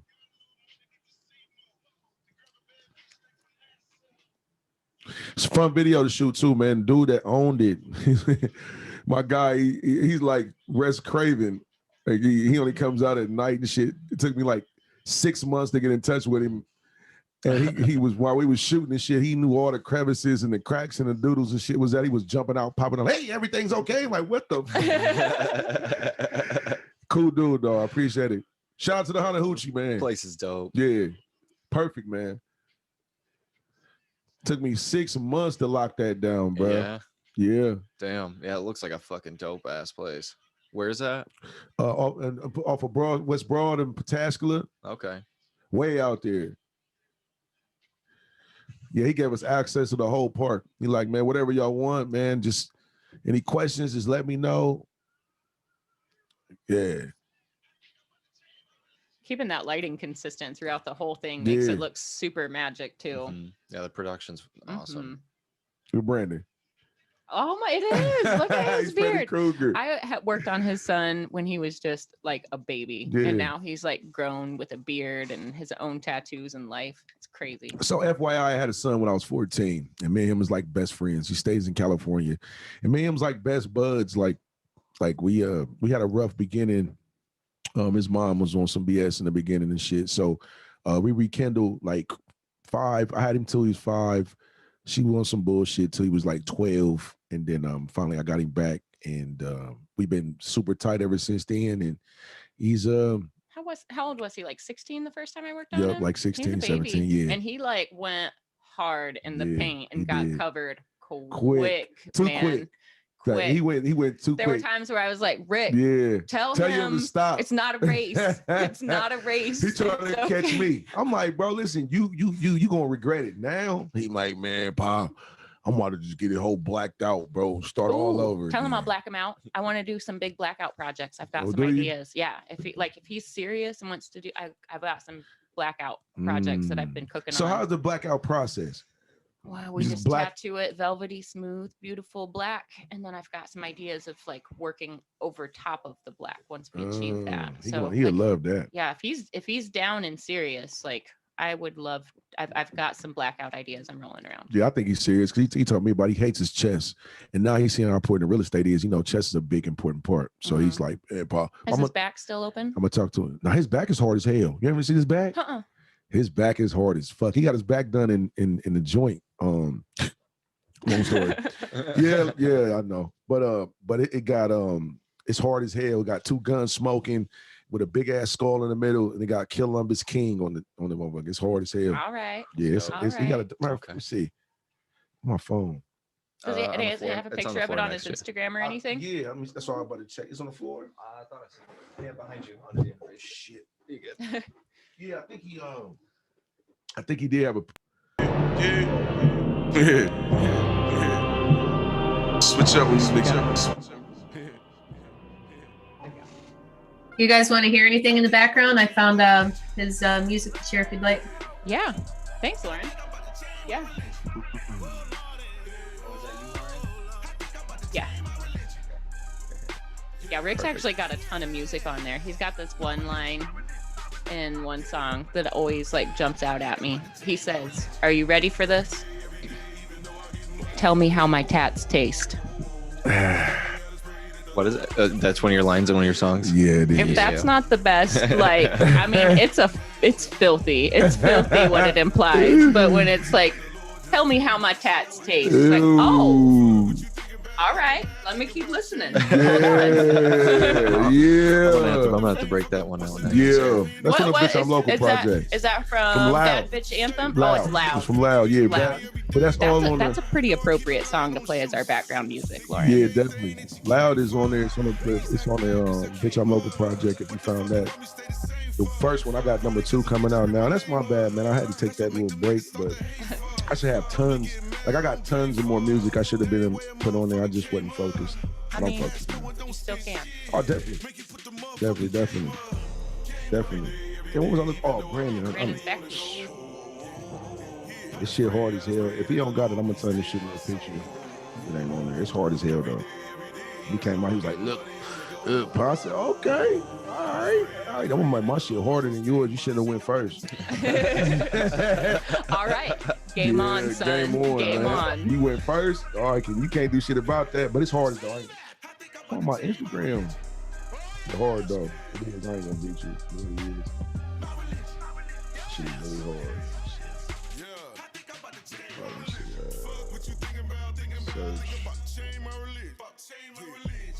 I know you got it up there. I know you got it. You got any cool projects coming up, Jordan? Yeah, I just had. Ooh, you sound excited. Yeah, I got this big bio sleeve I'm working on. Nice. If anyone wants some bio, please make the appointments because I've just been dying to do some bio. Of course, Geo all the time, but man, bio. Since I came to Red You Tree, want to do some slimy, gross I've been bio. doing a lot of geometric since I came to Red Tree. I think that's kind of what we've promoted, and that's what I wanted because I seen the big demographic here for it, so I could make some money pretty fast and do the stuff I really wanted to do. But there's another side of me that loves bio, and I'm definitely trying to do some good bio.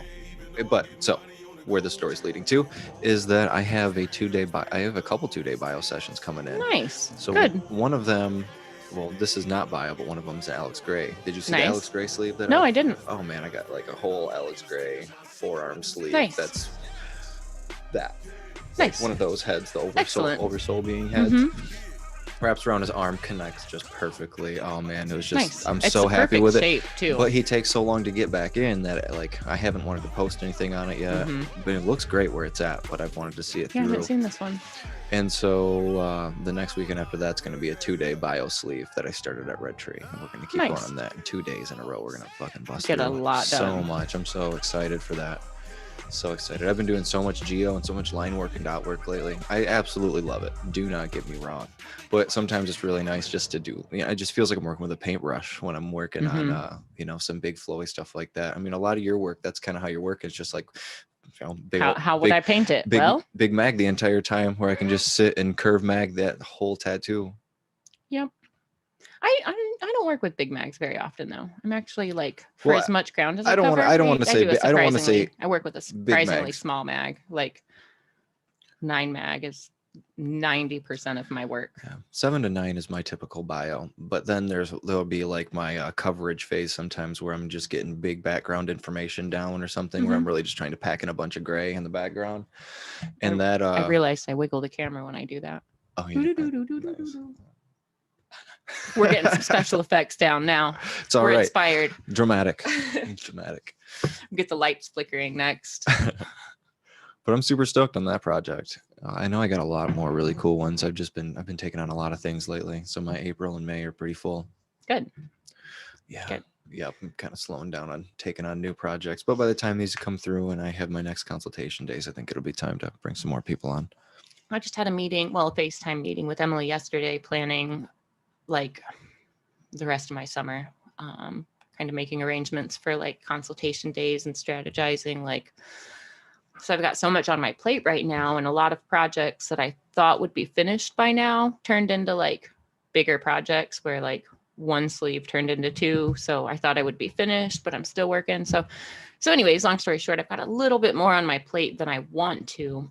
I just want to like lighten the load a little bit. So we are to the point where I've got a couple consultation days completely filled up. And then after that, I'm not scheduling anything at all, like no new consultation days, but we have a list of like, yes, as soon as enough projects are done that I can take on another project or 2, then we'll contact you and set up the consultation. So we are officially to, I don't know how long it's going to be, but like, yes, we're committed to consulting and starting your project. So, it's a funny thing to be like, I have a list. I don't know how far out I'm booked right now, but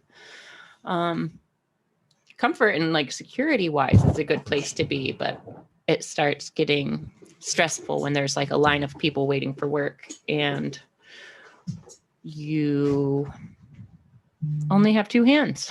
Yeah. You only have 2 hands. Right. And it does feel bad to have to tell people 3-4 months. The cat just got scared. That was funny. I don't know.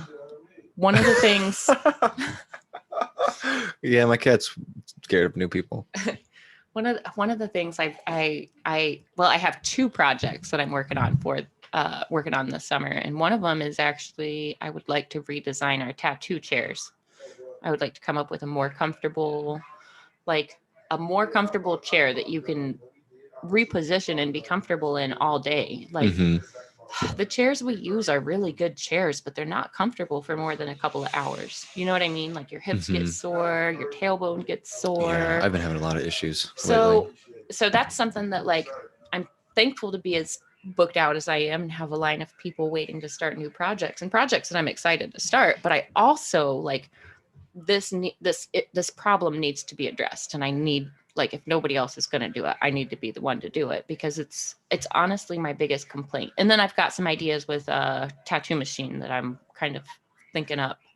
I've been researching like different batteries, different motors, how to go about making a custom like electronic control board made. And so like I've got all of these like back burner ideas that I really, really want to get rolling this summer, that like if I can get the ball rolling this summer and I can make these products a reality, even if it's only for me in my life, even if it's something that I don't sell, but if I can get these projects, if I can get these ideas figured out, it'll make my day more comfortable and it'll make my clients' day more comfortable. However, I need to have the time to put into it, and a super full workload and big ideas aren't always the best mix. So I am deliberately trying to just kind of catch up so I can build a new tattoo chair. Would you like a more comfortable tattoo chair? I will definitely.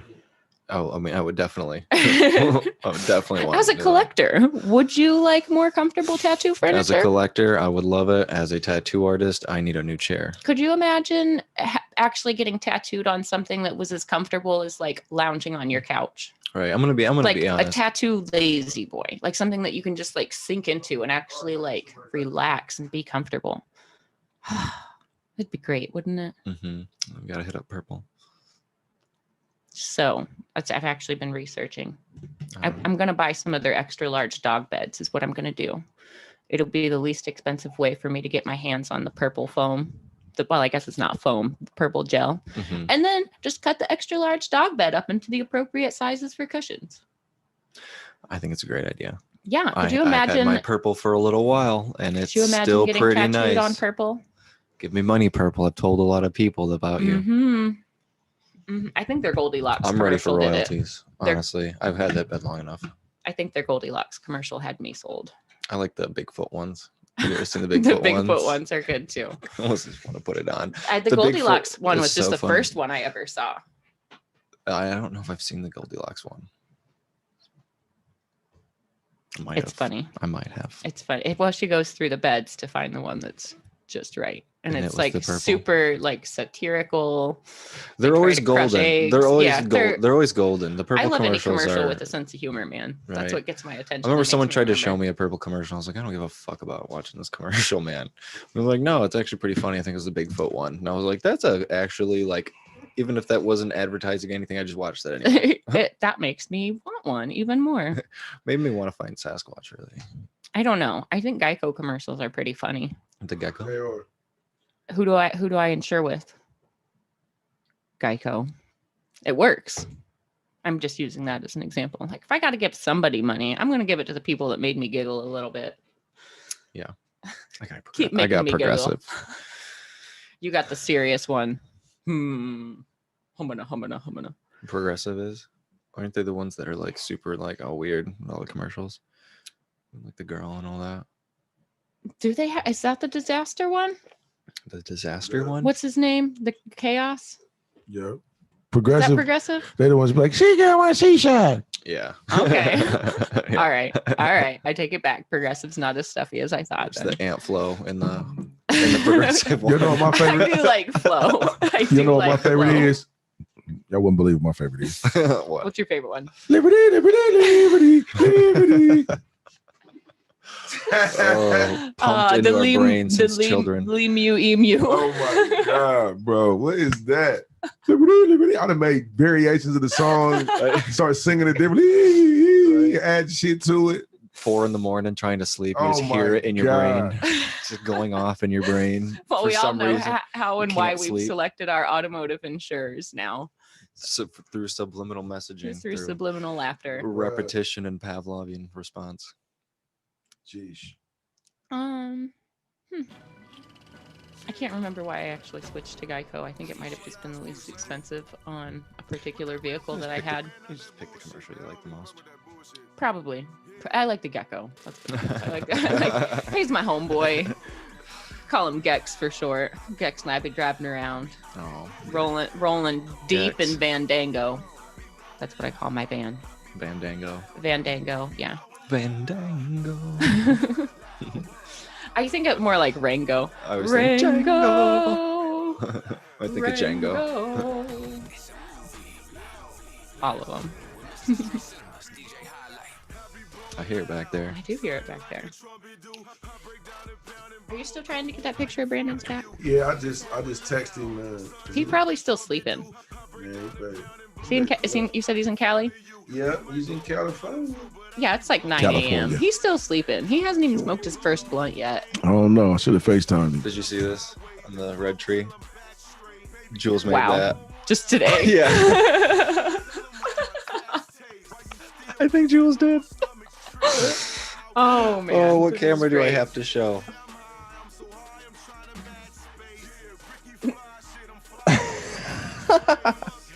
Red tree. This Saturday only. Just kidding. Makes me wonder if they were listening to us a little bit ago. Oh, Dur made it.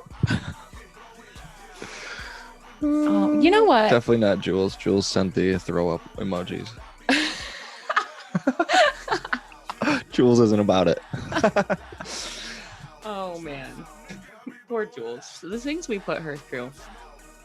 So super cool that she updated all of our tattoo clouds earlier this week. Mine actually wasn't. I never had. You one. never had a tattoo I didn't. cloud? I have no idea what that was until then. Oh, Never heard of it. it's actually a or pretty anything. handy little. Is that something like a lot of people in Ohio use, or just us, Red Tree?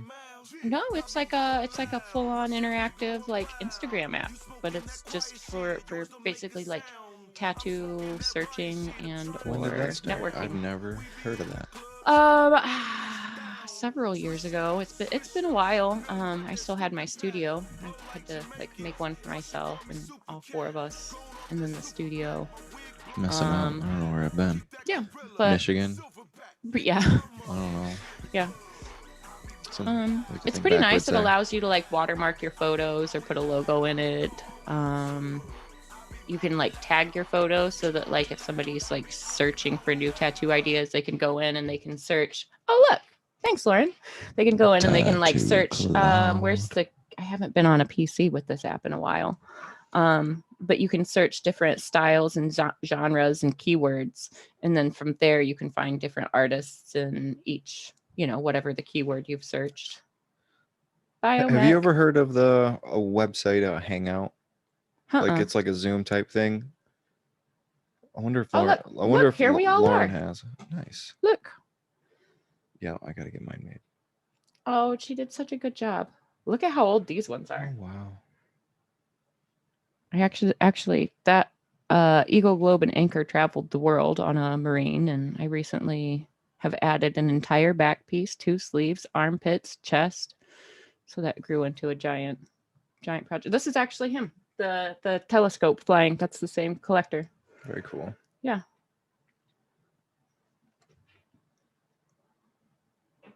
But yeah, oh, she did such a Nice. good job. She got our little bios in there even. Jules, we Aw, love you so much. Jules. If you listen to us.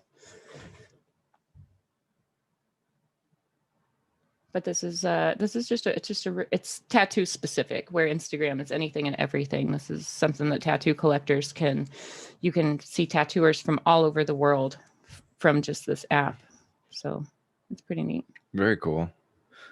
I'm Yeah, I'm surprised gonna you have weren't hip to this. I can't believe Yeah, I haven't been. Tattoo Cloud. It makes me feel. It's a thing. I recommend feel it. old. I recommend it. No, I don't know. I don't always pay attention to this. So I just found out that reels on Instagram were a thing. I didn't even know that was. I didn't even know that was anything. Instagram, TikTok. Yeah, I didn't know. Is that TikTok on Instagram basically? Yeah. Basically. Yeah. Basically, yeah. But I got to get down with it. I just found out that you tag the pictures too, and not just like at tag something in Yeah, the, I always in do the both. description. I try to remember to do both. I ain't gonna lie, I don't know how to work that shit. I tried it, it pissed me off, and I just stopped. The reels? Yes. Yeah. So All right, cool. confusing. So you're not doing it either. It makes me feel better. I thought it like I don't know. Derb was like, what? What do you mean?" Jules is Derb like, knows Jules was like Instagram inside Jules and was like out. mind blown. I'm like, how long has that been a thing? It is funny that we always take for granted that everybody around us knows everything that we do. Like, I'll be like super deep into a conversation with like any one of our peers or coworkers, and it'll be like, oh, wait, you're not already doing that? Hold on, rewind, scratch that. Let's start at the beginning. Yeah. I feel like there's a lot of Instagram tricks that if you're hip to them, it makes it so much more interactive and useful. I go through these weird phases where I'm like fucking Instagram crazy, like not crazy, but like Instagram and Facebook present for a while. And then I just kind of go off the grid. I don't do it purposefully. I just tend to fall off, or I stop paying attention to it as much. I just try to post a couple of times a week. I try to be I'm not better even about super- it for business sake, because I really don't care to be too personal on there, but also I know that that'd be better for my business the more I do that. Honestly, just the more presence I have, the more interaction. I just don't give it that much time. Yeah. Not as much time as I should lately. Fair. But life's been busy. Been a constructive criticism on my part of myself. It's one of those tools like Instagram.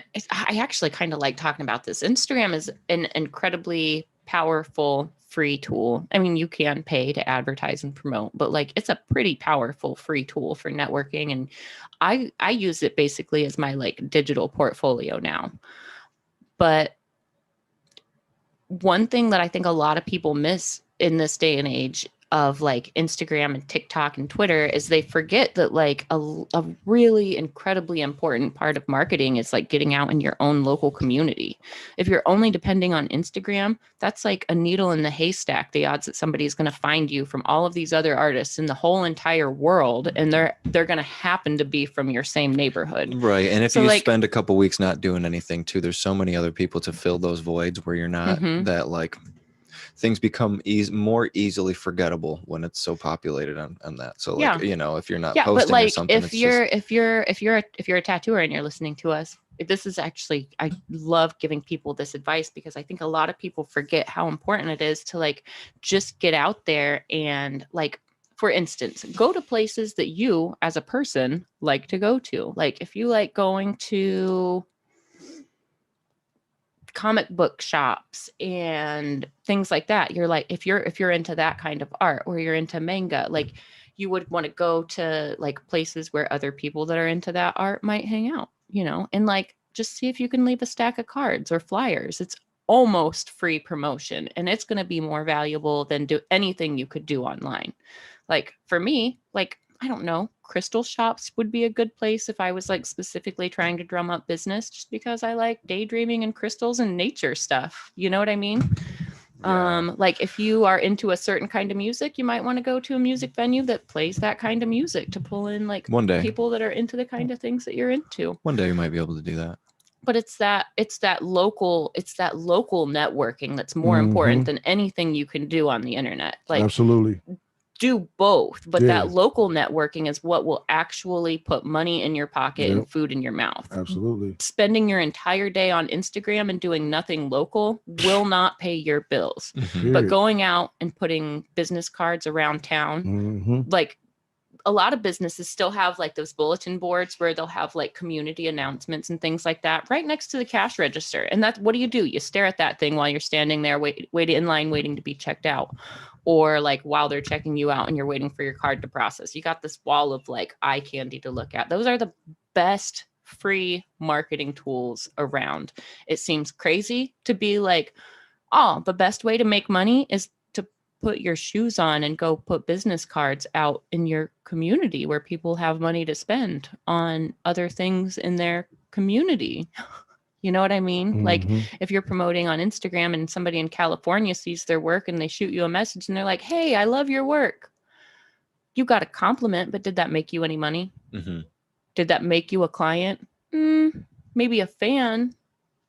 Maybe they'll travel to see you, but that's, you know, a drop in the bucket. That's that needle in the haystack that I'm talking about. Yeah, I mean, it's not going to pay your bills every single day. I mean, you can go back and forth a little bit on that just for the fact that, I mean, I could definitely attest to have had a lot of clients travel only and come to me only because of my online presence, and they would have never known about me any other way. But there's the other side of it to where I wouldn't even have that kind of online presence. Let's go back to like your first 4 years of tattooing. That's what I'm saying is that when I got, you know, when I first started and everything I did in Grand Rapids and everywhere I started, you know, being local, when I didn't give a shit about Instagram because nothing came from Instagram. It was you and Pat and Joe. It was me, and it was like going to bars and stuff, giving people my cards and stuff. I'd go over to Billy's, I'd go over to Mulligan's, I'd pass out cards. I'd go there just to drink a beer and talk to people about tattoos until it got to the point where, you know, that became like a hassle, and that became a negative thing doing that because when too much. Yeah. So there's like those stages, you know, if you need to get your name out there, go out there and do that. But then,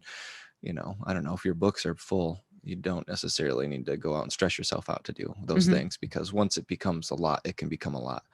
It's just sometimes. But don't forget that one day you will become a lot, and it'll be the greatest bad thing in your life. It's just really important. Not bad thing. Or even like when you came to Red Tree, we've got Jules. We've got nuisance. a great marketing crew. So like for you, switching towns probably wasn't that tricky drumming up new business, was it? Did work just flow organically, or did you have to go out there and like pound the pavement? No, not at all. I spent a couple months not really tattooing a lot, but I loved it because it gave me the time to sit and paint out in the Mhm. warehouse every day. I'd be at Red Tree Yeah, we all did day get a lot of painting rad and- work done in those. And so I did that while Those I was early months. building my clientele up, and then bam, it just hit. You know, as soon as Red Tree kind of took off the warehouse, the new shop, Hmm. people were flowing in for me. Mhm. Way more, I would say even more so than they were in Grand Rapids, honestly. You know, I just Good. filled my book up really Good, fast. that's awesome. And it was funny to see that I wouldn't even say a fourth of my clients even come from Grand Rapids Mhm. anymore. I do get a lot of people who travel out, but most people are Columbus based or somewhere else in the country, which is really cool. Really cool that it's, you know, all new reputation established. Like everyone here's only known me like a year and they've never really knew my work too much outside of Red Tree. Nice. But being at Red Tree and having the work that I do, just bam. So I didn't have to start another shop and really Right. like work to get my name out there. It was really nice being somewhere with a good reputation. And I've never got to start at a shop that had a great reputation off the bat. It was like, hey guys, let's start this shop and create a reputation for ourselves. Yeah, that's a little bit different, isn't it? It's Right. a little bit different But when you're building how it from the gratifying, ground up. how gratifying though. I'm really happy that we spent all those times grinding so hard at Sacred with me, Steven, Kyle, and all them. Or it was just basically me, Stephen Wheeler, and Kyle Walters. Kyle Walters was the glass blower. Okay. Stephen was the tattooer and glass blower. And I was like the main tattooer. Stephen just kind of started tattooing, but he was opening the shop. Mhm. And then we had another owner who owned another glass studio, Josh. But yeah, basically me and Stephen, and we had no reputation then. People knew me for like my art, but I wasn't super well known for my tattoos yet.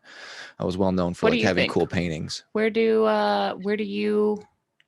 you pull more like real following from? You don't really get it from your online presence. You get it from actually like showing up, making the shows happen. Yeah, I mean, yeah, just because I'm a personable person, so like I like to interact and be in person with people if at all possible. You know what I mean?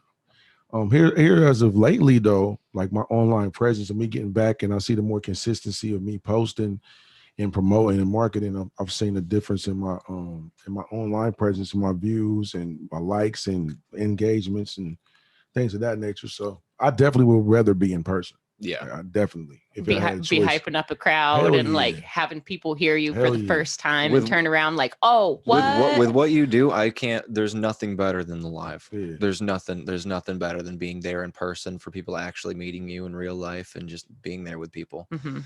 Our stuff is not it's kind of behind closed doors. You know what I mean? We're not tattooing in front of a bunch of people. Yeah, ours is definitely like, it's so personal. It's definitely a one-on-one connection. So But I think it's I love yours. important. Doing, you know, with how you do things, it just makes it that much more fun when you're around people as hell well, yeah. though. Hell yeah. You know, for us, it's bombardment about tattoos and stuff, which is cool to extent. I mean, you live live the rap life and all that. So I just feel like it's constantly outspoken. Everything is, by word. Yeah. So Speaking of that, man, all the activities are like that. we got I got some performances coming up at Hell City. They gave me the okay. Yeah, I forgot to Oh, even ask what? you about this. Yeah. I saw your post and I didn't even talk to Derb about it. Yeah. So we was outside, we was walking off, and I'm like, so shit, what I gotta do to get on? You know what I'm saying, with Hell City? He was like, oh, what do you mean? I'm like, I'm trying to perform main stage. He said, you got it. I said both cities. I said, damn, man, that is fucking great, man. Thanks. Excellent. 21, 22. 22. Well, is he doing one at 21? No. That's why I didn't think so. No, but I Yeah. think we're committed and heard we're any good to news go in a for minute. 22 Yeah. in both locations. Man, it'll be so fun to play out Bruh, in Phoenix with you. listen, man, that's crazy. That's badass. I'm I'm there. excited, man. You've I'm been to there. Phoenix, right? Hell You're no. down with no? No. I Oh, haven't you're been to gonna love Phoenix. Phoenix. I've never been to Phoenix. Especially if you're there with the tattoo crowd. Okay, so Arizona's one of my favorite at the Phoenix states. Hell City, we have what is known as the world's largest tattoo pool party. Mm. So, and another cool thing about the Biltmore, like aside from the main pool with the slide, which was recently just remodeled, if you go like on the other side of the villas, there is the Catalina pool, which is notorious because it was Marilyn Monroe's favorite pool, and she had like photos taken there. And Wow. so you can swim in the same pool as like presidents, models, like So this Marilyn is the Monroe. hotel that's hosting the event. Yep. Yep, Wow. it's the Arizona Biltmore. It's actually what my back piece is based on. Have we ever showed off? We've shown pictures of my back piece. Your back, you should definitely show it off again. Here, let's put it on. I don't even think I ever seen it, Fawn. Oh, they go bees. While she's showing your back, that was the first show I'd ever been to. Ooh, Fire. Back See, y'all make me want to tuck my little shit away, man. Wow. Yeah, that shit fire, Fawn. should make me want to quit my job. Russ, Whoa. Russ, you killed it, man. Gee, my I don't know knee. if I even want a tattoo anymore. That made me want to put my little shit up. So, yeah, that was a little project, but that's based on the bricks from the Arizona Biltmore. And it, like, if you actually take those bricks and arrange them specifically, they even make a phoenix, which is kind of cool. You'll see it in some of like the walls next to walkways. You'll see they call it like a Biltmore phoenix or something like that. But it's kind of cool. Like all the different tessellations they can make from this one brick pattern. Nice. Can you send that to my Instagram? Yeah. We're going to show you Brandon's back, who we've been talking about. How old is Brandon now? 27, 28? Yeah, 27. Send it to my page.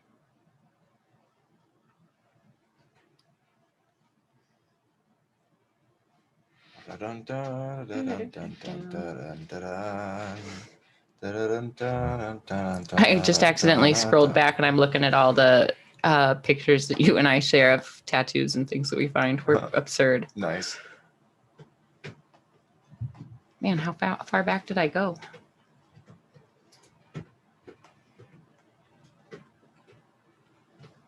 The hand drum player. That was a fun one.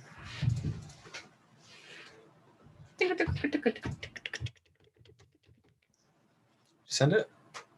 I'm waiting for him to get it to me, Oh. and then I'll bounce it to you. So I'm sending it to you. If you can send it right to Jordan if you want. It don't matter. I was just Jordan Rukas tattoo. Something let me save. Hold on. I don't know why they didn't let me save. Yeah, I want a steel drum really bad. Those little steel drummy, whatever's those are. Those big ones are nice. I feel like they're so expensive though, and I'm drums. not enough of a musician. I'd love to get some of the the smaller hand drums that I you was can looking like at what it fingers takes or mallets. to make them, and it's a lot of work. Yeah, it's a specific kind those. of craftsman. Do you remember like It's Jordan. Yeah, Jordan Rukas tattoo. ROO? Two O's, US. not an I. It's not Rickus. Not Rickus. It's not Rickus. Not Roikus. Not Roikus. It's Roikus. That's right. That's Roikus. Right, yeah. That's right. All right. That's Roikus. Right. Jordan Rukas. That's me. It's Jordan Rukas. Almost. Almost.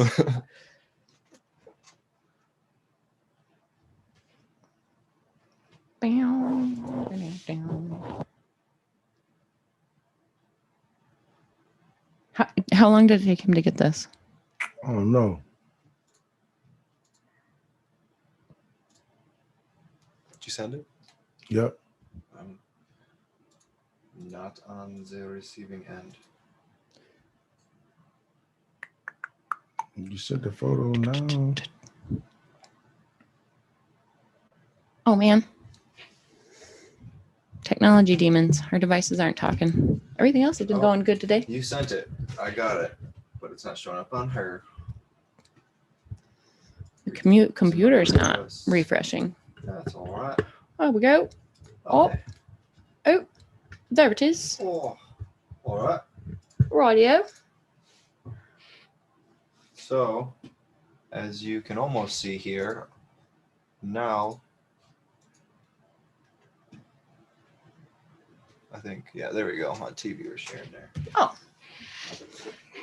Yeah, that thing's crazy. Prison Tatties. That's a good one, though. Wait, is it the one that was done in prison? I believe he did get that done. He was down.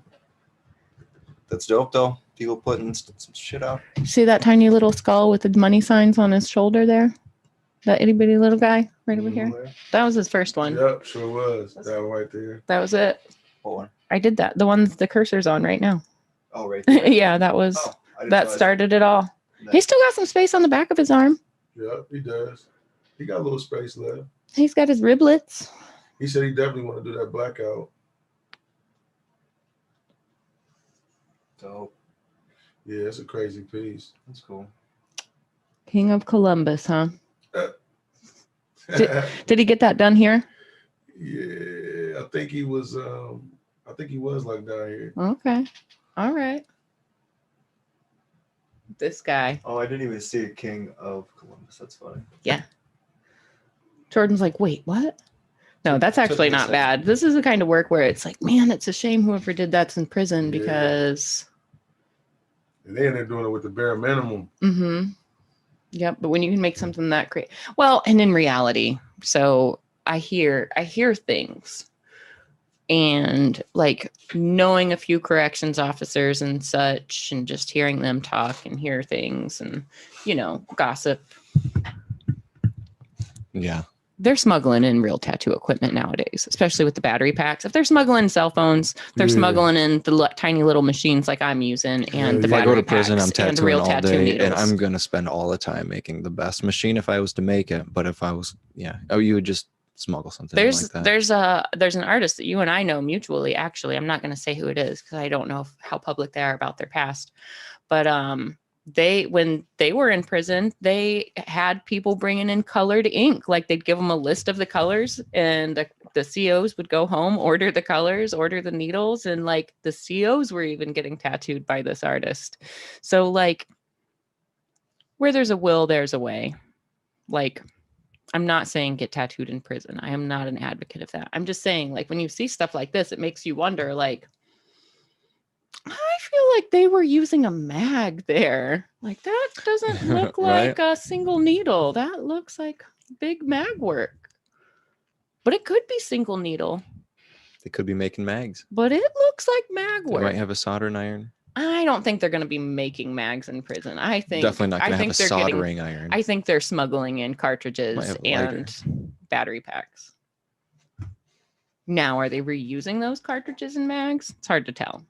But what's he going to do with the eyes? Is he just going to keep the eyes open and glowing like that? Yes, right now. Hmm. Should turn them hoes green. Bright green would look Yeah. gnarly, like a green smoky glow. I'm going to tell him that. And we could pull some green coming out of those guns. What? Take it and make it super trippy. That's my idea with everything, though. I guess just make it colorful and super trippy. The fallen away. Yeah. Does Selena have any tattoos? Nope, not that I know of. How old's Selena now? She's turning 21 July 25th. Man, where does the time go? Yep. Not that I know of. I mean, it's kind of surprising though, but I don't. Not that I know of. She might have one by now. Not that I know of though.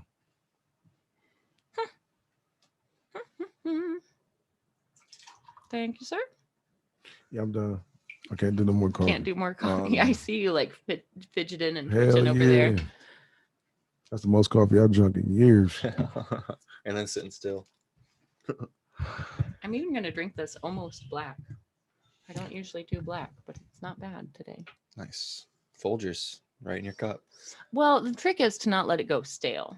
I mean, and granted, it's not freshly ground, so it's already kind of a little bit stale, but I go through my coffee pretty quickly. It doesn't get a chance to get like bitter. Yeah. Mm. Ooh. It's hot. Hot, hot, hot. Hot. That is really hot. It's got a hot tongue feel. This tongue taste is nice. It's a hot tongue feel. Oh, sweet. 2 hours in. What episode is this? I have had so much going on. I'm not even sure. This might be 30. 28, 29. This is either 29 or 30. I love think. the setup though, man. It's nice. I like the sound good and everything. This looks is actually our efficient. Thank you. first time with the cameras in this location. We Really? need to set one more camera up for like a full room shot. Yeah, we of need us. that We haven't full. worked I want that out full yet. room shot pretty bad, and I do have another camera. I just don't know if we have another input on this guy here for it. But I think we're gonna figure that out, and then where it's gonna be key. Because if we can switch to all of us at one time, Yep. or at least maybe each one of these cameras gets like 2 people. We'll see. We'll We'll get talk there. about it when we're not on We'll air. get there.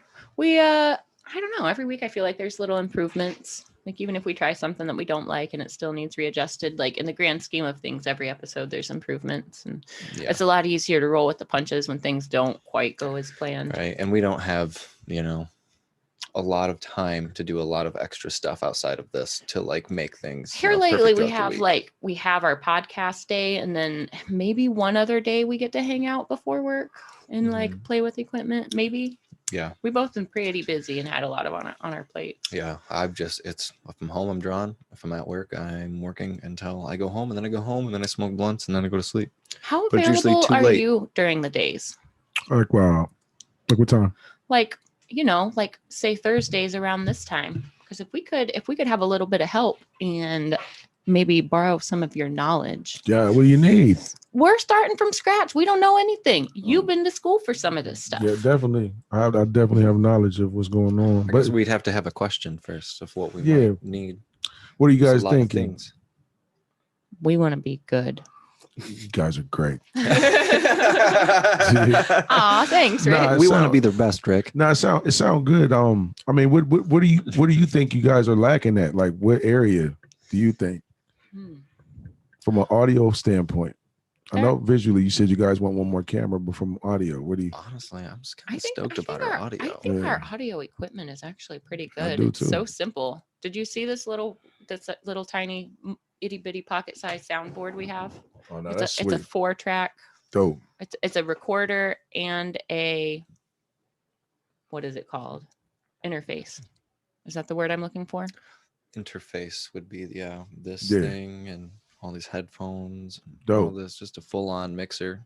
So we bought that mixer. We had that one over there that we were using for everything. The bigger And then one? we were able to switch to this thing. Yeah, that's dope. Yeah. I like this. I like the And this setup. honestly works even better than Yeah. that. That one doesn't connect to the computer. This one will register each mic. Okay. Yeah. So one thing specifically. I really think we can use Rick's help for, What's up?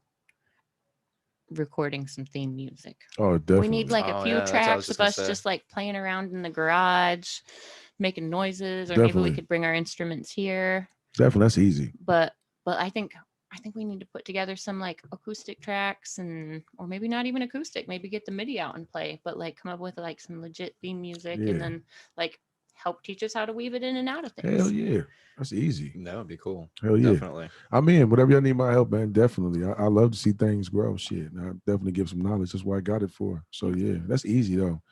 That's easy peasy. We can Easy peasy, he says. I can either bring my computer and my interface and my mic. And just sit and hang out, smoke blunts, and make some fucking beats Yeah. and music. I mean, fortunately, we Yeah. got good mics. I do. We didn't mess around with the mics. And So- that's a 85, I think. Does that sound right? A Shure 85? Yeah. Yep. It's the excellent mic. But if y'all want to do some actual audio recording, I don't have to really be. If y'all just want to do like instrumentation, Mhm. I don't have to. I just have to bring my interface. We can. That would be rad. Yeah, it has a direct connect just for instrumentation. I want there's so much I want to learn now that like I've never had any desire to jump into something so technical as this, but now that we have, it's like, okay, there's so much I need to learn, so many facets of this, like just of the sound, there are so many facets, the video, there are so many Right. facets. And we're only talking about sound right now. We've added the cameras in. We spent like 15 to 20 episodes getting that sound just right. And then finally hit and then Fawn jumped the gun on the not jumped the gun, but got the camera set up. Yeah. And we just We jumped needed into a the whole new cameras. ball game that we thought the sound was kind of difficult to get where we wanted it. The cameras kind of added a whole new ball game of things. But we figured out how to totally eliminate the sound on the cameras. But we also now know how to like use the cameras as additional mics should we ever need them. Oh yeah. Like, we could capture whole room sound off of any 3 of these cameras, or we can get rid of it right from this little device here. So this has like a built-in little mini mixer as well. It's Yeah. crazy. Put ourselves through the trials. Crazy how little the Trials and equipment's errors. getting. When are we gonna do Mothership.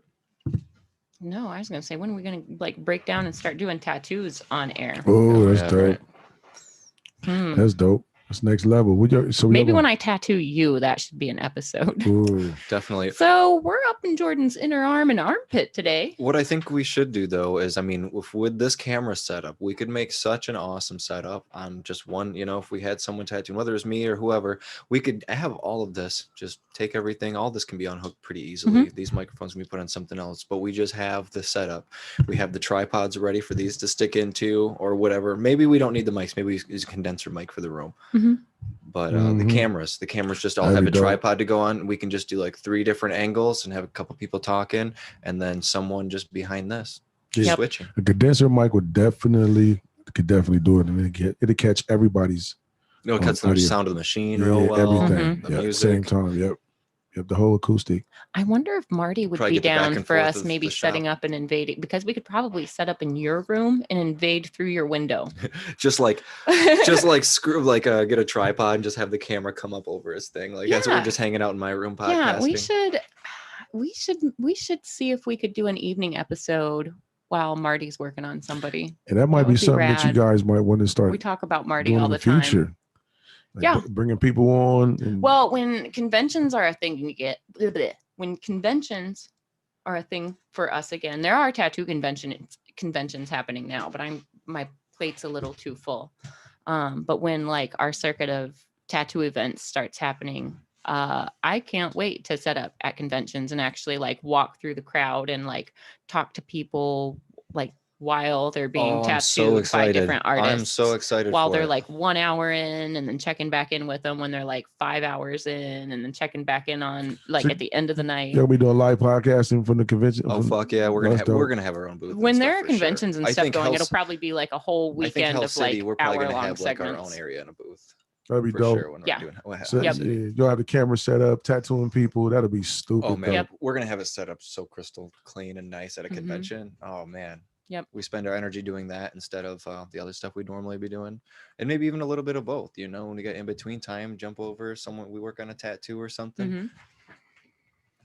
and we can conduct interviews with tons of people that are there. Yeah. Yeah, if we could record, or we could broadcast live with the equipment we have. We're gonna be hitting some exponential things when we start doing that. I can't Yep. wait. That's where we'll be able to like have like 10 episodes from a weekend and edit them together and have like the thoughtful, real Yeah. footage. With so much eventful stuff like happening. Mhm. I love it.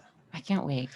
Will be really cool. I really lots of things to talk about off camera for sure. I think it'd be really cool to get an assistant in here to help us out with this type of stuff, and someone who could even walk around and get pictures and things while we do stuff. Hmm. It'll happen. But we'll talk about that more. We've ideas. been talking like hypothetically about the third leg of the tripod from the very beginning.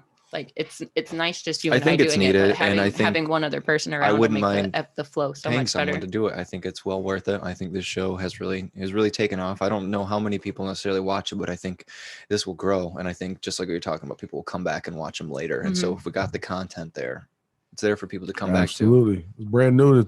It's only brand new to eyes that have never seen it. You know what I'm saying? So it could be years old. Yeah. I had to learn that with my music. Like I did that 2 years ago. Like how many people seen it? I'm like, oh yeah, it's true. So Still new, still new. Yep. not stale. If it's not played out yet, it's still new. B said when he said, how soon was you trying to start that blackout idea? I mean, we'll have to work it out, but like we'll talk about it. Okay. We'll talk about it. All right. Might be a couple months before I'd have time. Okay. But That's cool. yeah, I definitely want to, like, I am real and for sure want to take on a few blackout. Oh, Todd's talking at us. Let me shoot him the link. Oh, we got Todd coming on, guys. You guys remember Todd Torres? I remember. Copy. Send to Todd.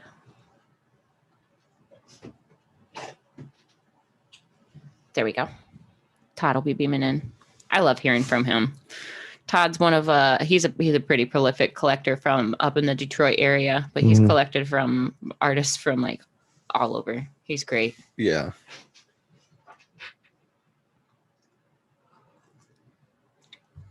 You been up to Detroit lately? Yeah, I just came from there. Just this past weekend, I was up there. I just did remember the guys that had tattoo I showed you? I just did a feature with him in Saginaw A video and a feature song with him and Saginaw, my man Mike Spitz, and then my producer is in Flint. So we've been going back and forth then out there in, Nice. in Out there in the Detroit. thumb. Yeah. Mhm. Yeah. There's a lot. It's a big music movement out there, man. They got the TikTok movement going real heavily out there right now, and in Flint and Detroit. Yeah, my girl's from Detroit, and she's also like hardcore from the thumb. Yeah. She's always telling me what's going on out there. Yeah, it's crazy. Yeah, they wilding out there, but they always seem to have like a little run at the music though. Like we didn't get no runs. Detroit have a run, they go down, they have another run, go down. They be having runs, bro. It's crazy. I don't know. There's just something about Detroit. Detroit's got a different. If you talk about the art and music of Detroit, whether you're talking about fine art, whether you're talking about graffiti art, Yeah. whether you're talking about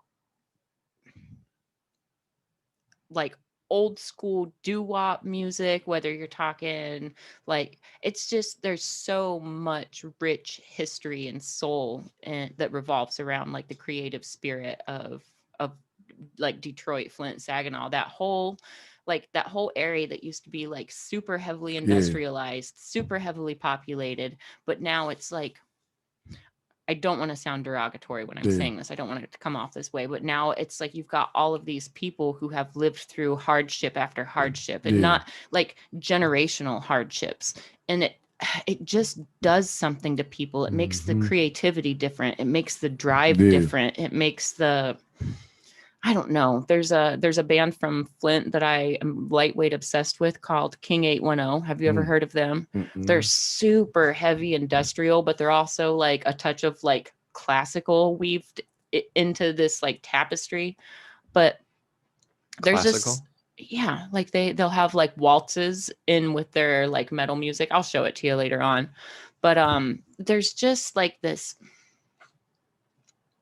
stay power. There is a stay power of musicians that come from the Detroit area. Do you know what I mean? Do you agree? Yeah. Like Eminem's going to be the very like top of the list that jumps off to most people. But like, let's go back further. You've got people like Ted Nugent. You've got Iggy Pop. You've got so many prolific musicians. lots and there's more. just like, and we've been talking about the rap scene all day, but I'm just like pointing out that it's bigger than that. Like there's just something more to that city and like the creative everything that comes out of it. Real shit. Real shit. And like back in the day, like my producer, he's been around there for a minute. So like a lot of people don't know that there was a group back in the day called like Top Authority. They was from Flint. Dayton Family, Bootleg. They was from Flint. It's a bunch of groups that came up out of there, and some singing groups as well that came out of there. It's like a little stirring pot for some reason, and people just be jumping out of Flint, man. So I don't know. I like the little vibe that's going on down there. My guy is down there. He's definitely well in tune to what's going on right now. And so I like getting away, and I like, you know what I'm saying, mashing with other people and getting things together with other people as well. So yeah, it's something about that area though that's got like a special little thing to it. Yeah, you know, I love Columbus. Columbus has been incredibly good to me, but like, I don't know. I grew up in West Michigan, and West Michigan is a totally different vibe from Eastern Michigan. Like we keep joking that it's the thumb, but like if you look at Michigan, if you're from Michigan, you know this, it's a no-brainer. But if you look at Michigan on the map, it makes the shape of a mitten. So when we say the thumb, we're talking about the east side of the state. But it's just a totally different feel. Like the west side is a little bit, the whole west side of the state is a little bit more bougie and laid back, where like Detroit is grit. Flint is grit. Yeah. Saginaw is grit. It's just a little bit different of a vibe. And I'm not saying it's like an easier or harder lifestyle. It's just the history, you know. There's been such a build up, and then the breakdown, and then everybody wants everything to come back up again, and it takes such a I don't know, a spirit of perseverance to even want to keep pushing and being creative. You know what I mean? Yeah, it does. Like, Columbus's feel is totally different. I always call Columbus a big little city. It's like a big town, little city. Everybody knows everybody. It's super interconnected, where, you know. Yeah, definitely a big little city. Yeah. like 3 degrees of separation from everybody. It's like in Mhm. between though, because I've always felt like Grand Rapids was like a big little city. Like, Yeah. wouldn't that, I feel like that would be more in the genre of like a big little city, and then Columbus is actually pretty big. Columbus is giant, but like just the interconnectivity is what makes it feel small. It makes it feel local. That's what Okay, it is. I see. I see. That's Yeah, the word you're I'm right. looking for. It makes it feel local. Mhm. I'm stealing Rick's stuff. Yeah. That's a whole oxymoron though. Like, people don't understand that. Like, well, you local, but the same question you asked, you was like, wow, you're from here? You know, and that was the whole oxymoron of the thing. Like, yeah, I'm local, but I mean, look, you know what I'm saying? Like, so you're gonna be expecting to see some shitty shit. It's almost like, you know what I'm saying, telling yourself that you ain't no good so somebody else can tell you that you're good. And same psychic. Like, I'm local. Like, but you don't look local. Instead of saying I'm the best, they're like, man, you're okay. You're right. Right. You know what I'm saying? So That local love. Mhm. That's what it's about, man. yes, ma'am. I used to say all the time, I want to travel all over until I find the city that feels like home, and then that's where I'll call home. But like, I'm from Ohio. I was an import to Michigan, but it's like somehow you end up right back where you belong. Yeah. Yep. Do you think you're definitely gonna travel around? You plan on traveling and moving around a little bit in life, right? I really don't know what's in store, but I think I'll end up traveling. Yeah. I don't think Ohio's the final destination, but I've given myself at least 5 full years, 5 full solid years here, and we'll see where I go from there. I just love Red Tree so much, and that's what keeps me here. I'm a big sucker for the mountains though, Me too. but Red Tree's enough to make it super worth it for me out here. I mean, Columbus is a great city, don't get me wrong. I just don't know a ton of people here. It's not where I've grown. It's not home yet.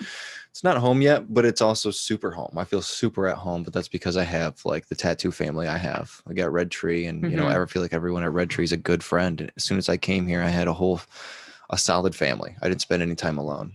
Even when I'm alone, I still feel like, you know, got a whole solid crew of people out there. So that's helped a lot. And that's going to be really hard to leave if I ever do leave. But it's still hard to imagine not being at Red Tree, because it's where it's at. What's up? There's Todd. Hey, it's What's up? Todd. What up, Todd? The man. We're gonna turn around here. We were just talking about Detroit and the Thumb a minute ago. Have you been listening? No. Oh, My computer took forever to get up. I'm welcome. Just a Never second. heard from you in a few weeks.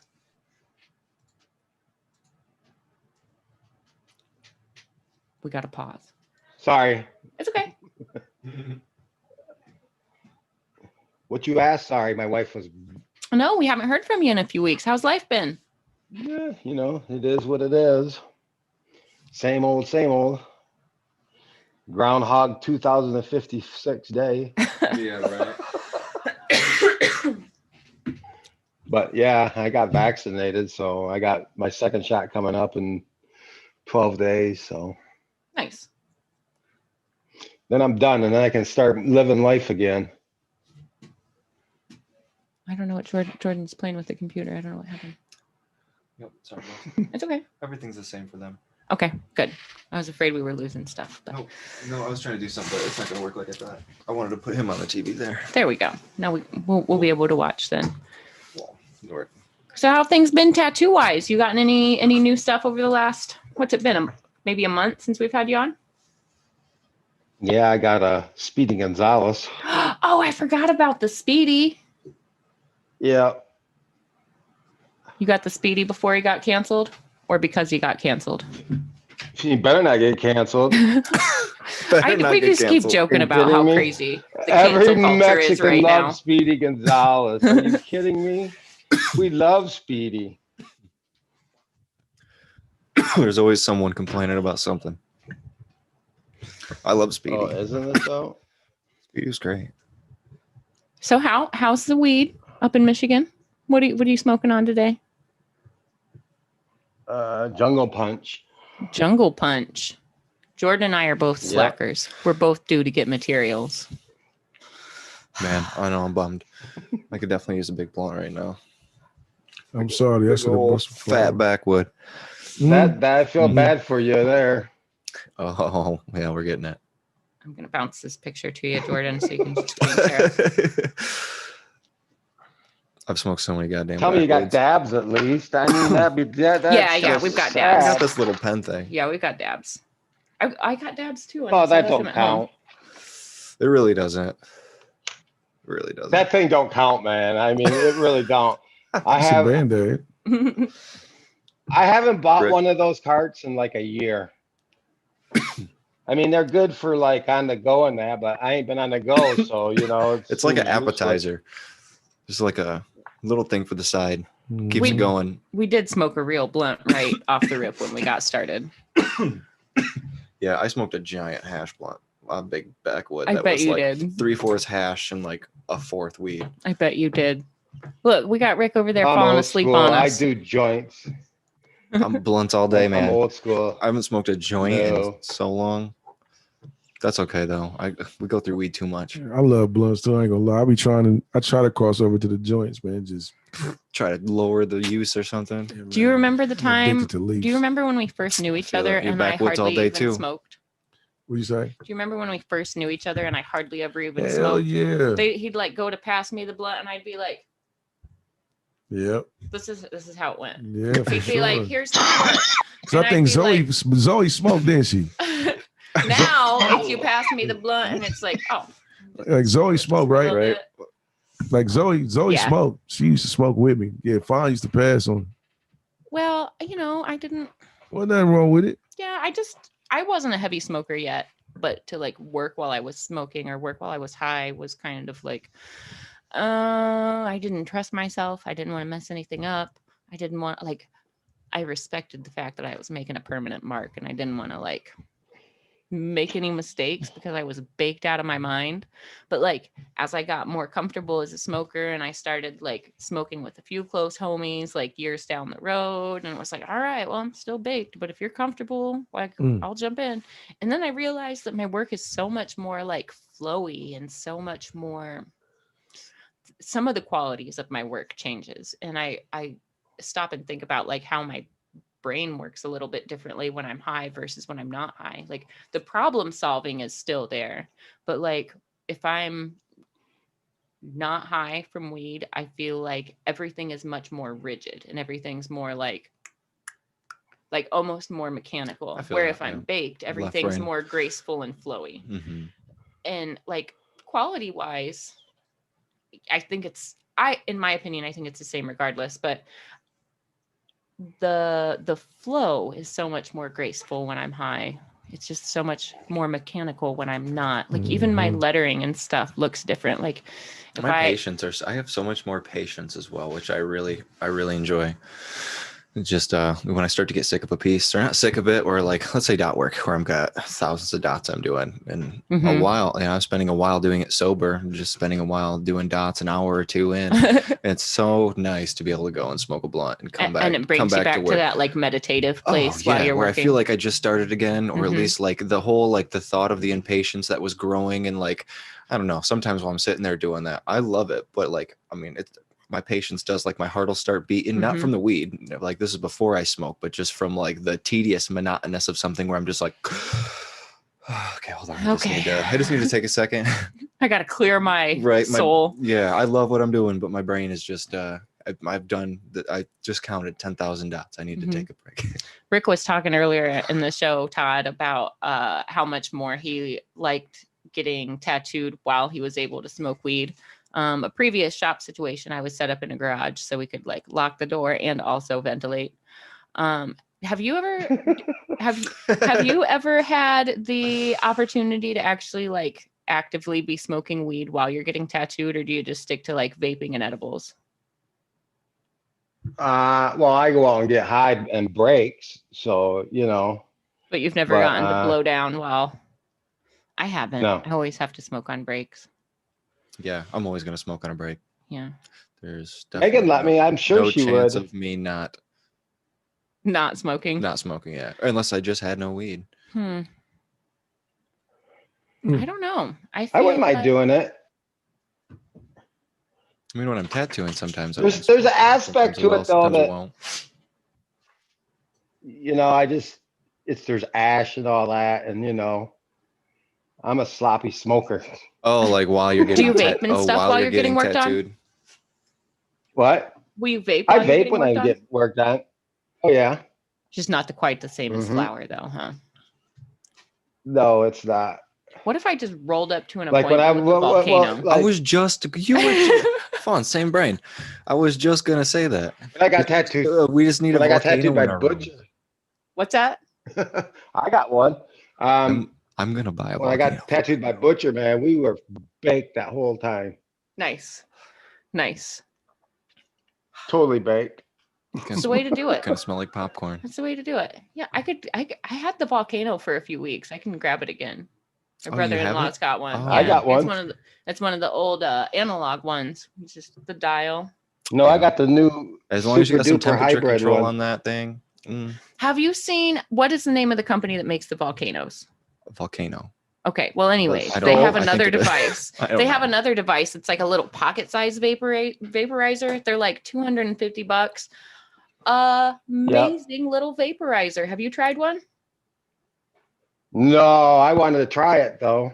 It tastes just like you're ripping I heard from it a was turkey pretty good. bag. It's great. I highly recommend it. And it's like maybe just a little bit bigger than a pack of cigarettes, but it's a pretty good little smoking device. I've never been a fan of like the handheld vaporizers. I've had a few of The them. only inconvenient thing I is had, like I mean, scooping I've the had weed like, out. I've had really nice ones that, I mean, they were great. They got the job done the way you wanted to get it done. I just found myself eventually not using them much and liking the thrill of it at first. And then it was like, yeah. You get down with any Meh. smoking gadgets? As Well, of I lately- thought me, Rikk, go first. we both talk at the same time. So It's okay.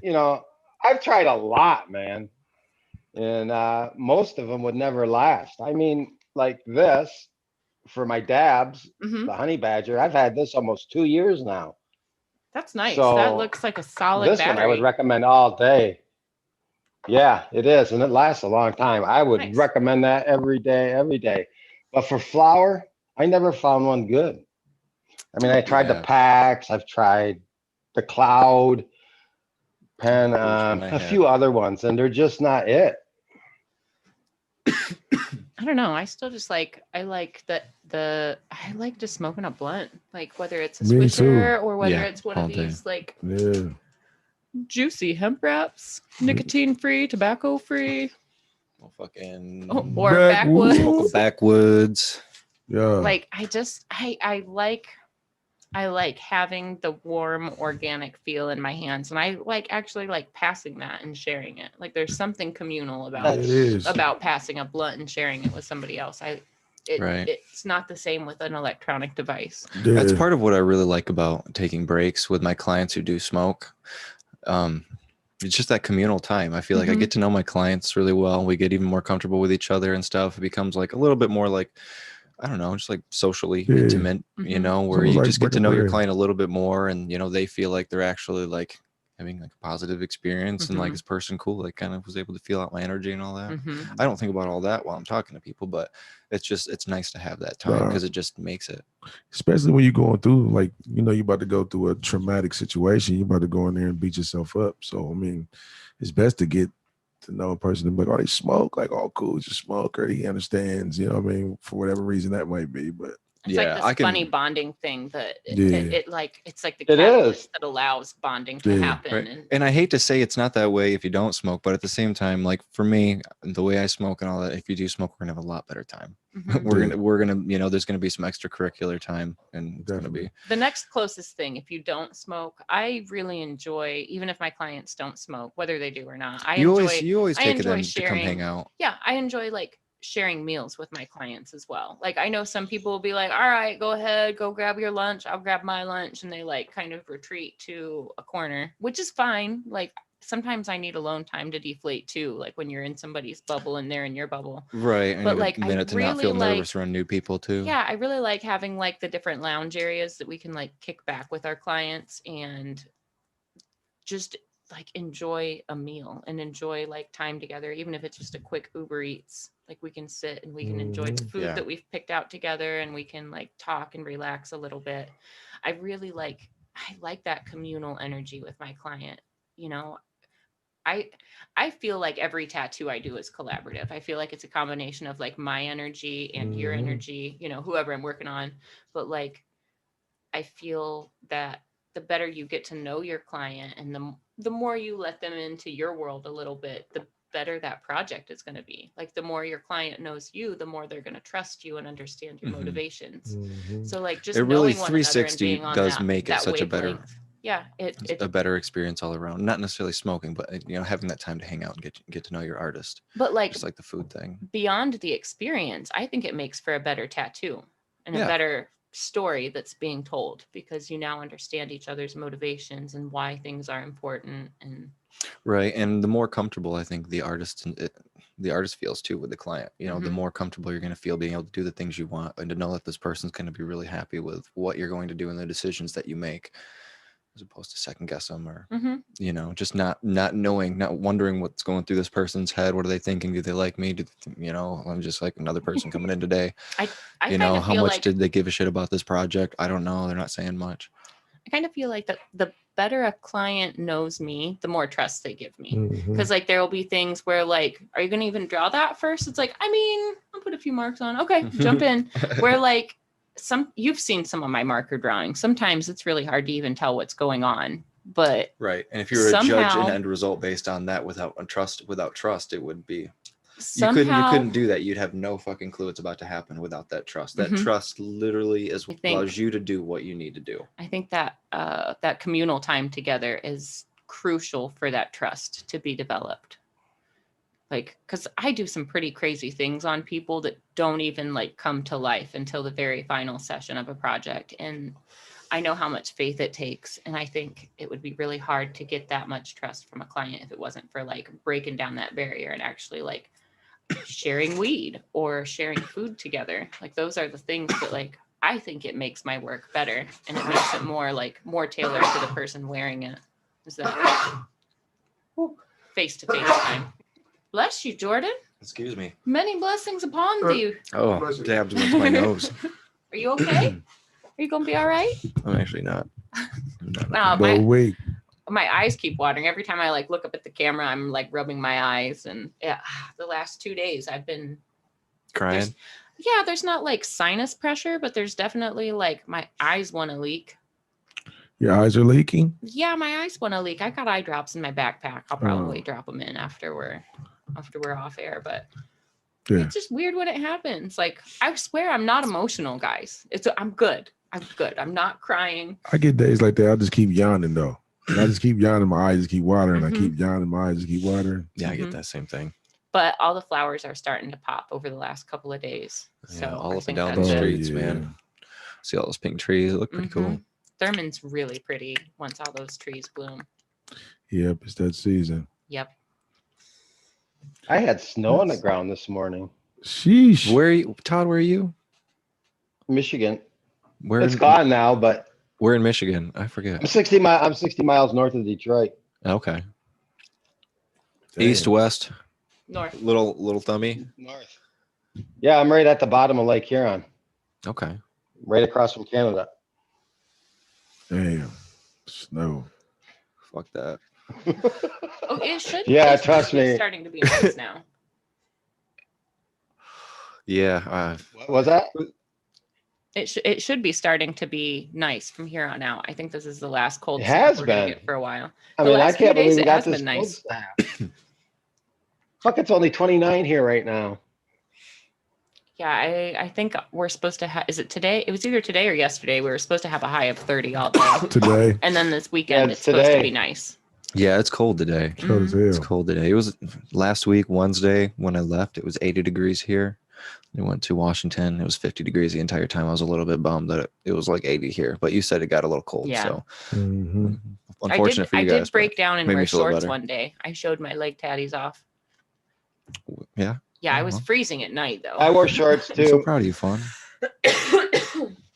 Yep. Yeah, like 2 That's days good. ago I was wearing shorts. It was that warm. Yeah. Yeah, that's awesome. So There was a film crew at Red Tree and they had the garage doors open. It got cold quick. Did they end up scooping you up for anything? He came up and asked it. I was like, man, I did happen to have my funeral clothes in the van, but I was like working and it probably would have been a couple of hour break from my project just to record like a single line. Yeah. So have you ever done anything for any movies? Yep. I have soundtrack wise. Ever heard of a movie called Jacked Up? Busy Bone. This is a while ago, but it was a movie here they shot here locally called Jacked Up. I had the title soundtrack with a title song to the title. It's Googleable. It's on still come on Stars sometimes, but it's all over, you know what I'm saying, YouTube and everything like that. But I got a title song to that soundtrack on there. I actually did some movie work with Farrah Franklin from Destiny's Child. When I lived in California, I did a song for her on one of her movie soundtracks that she had did. She had did like a little a movie down there was about like a strip club and some dancers and stuff like that. But I submitted a song and it went on there. I mean, some little stuff. I've done a Buckeye song. I remember that one. Yeah, it went See if you viral can find that one. unexpectedly. Yeah. Ooh. Oh, I forgot we got a Wolverine on the phone. Wow. Yes. Okay. He's still a nice guy. He's still a nice guy. He's okay. Yeah. He's a nice guy. It's okay. He's okay. He's okay. Yeah. But I got the first one that I did that caught viral was Gray and Scarlet. Wiz Khalifa's Black and Yellow, Black and Yellow. I did Gray and Scarlet, and it caught. Dude, put Gray and Scarlet in. That was the first one, and then I did Buck Boy for our national championship year, right before geez. Urban, right before Urban Meyer left. Yeah, you might have put in Gray and Scarlet. You put in Gray. I just put in gray. Should be. It's like a It's gonna be like a basketball. It's like a basketball highlight. Should be. I know I ain't take it down. Had a lot of views. You'll have to put in Gray and Scarlet, Jordan. There we go. Gray and There we go. Not that one. Should be a basketball one. That's the other one we did. It's not coming out. Well, how many years old is it? Shit. At least 10? Yeah, about 2010. If not, pull up Buck Boy. Oh, jeez. This is going to be great. This is This is gonna going be to be great. Put up Buck Boy. Buck BUCKBOY. There we go. Yeah, that's it.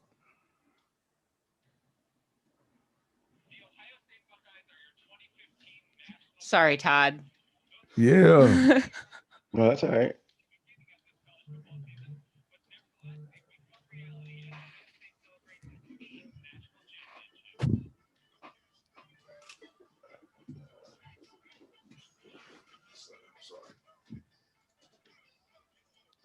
Always so cinematic.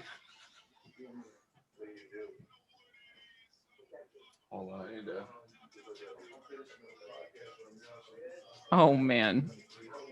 All the Buckeye pride cracks me up.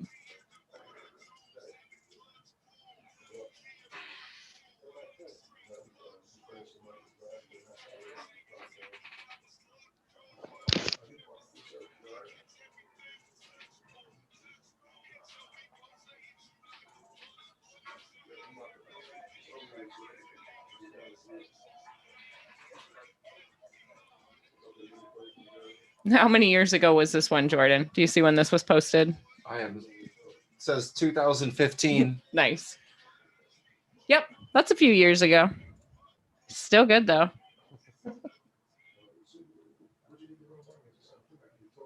Nice. We need some theme songs like that. Mm-hmm. But didgeridoo. Yeah. We'll make them go hard, but acoustic. I think that's our next step now that we got all this other stuff figured out pretty well. I think it's time to start putting together some theme music. We have everything to do it. Having his help would be super awesome, but we got it all now. Now it's just time to start doing it. Yep. What are you doing today?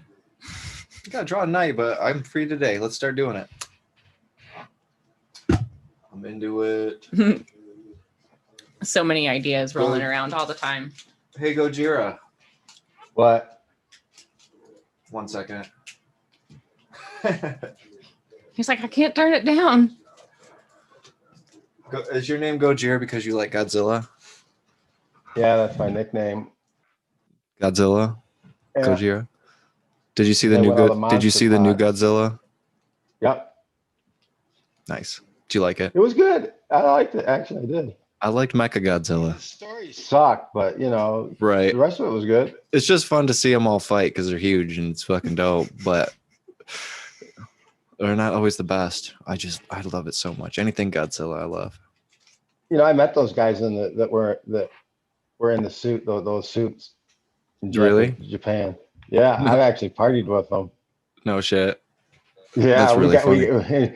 In New York, we got him on the original one, Nakajima. We got him on a stripper stage. Really? That's great. How long ago was that? 97. Nice. Throwing it Yeah, back. New York. Taking Yeah. us way back. That's so cool. In a land long ago, far, far away, when we could gather openly and freely. Before the COVID. Oh yeah, I was at the only world premiere in Hollywood for Godzilla movie, for a Japan Godzilla movie in 2004. That was cool. The Shin Godzilla? Took my Or was that still like in the suit no, Godzilla? this was Godzilla Final Wars, I think. Okay. The one with Don Fry in it. You get into Yeah. Godzilla, Rick? A little bit. I definitely want to check out this King Kong Godzilla thing. I mean, I'm not a Godzilla historian or anything like that. I do go back and I have watched the Godzillas up to now and King Kong movies, but I'm interested.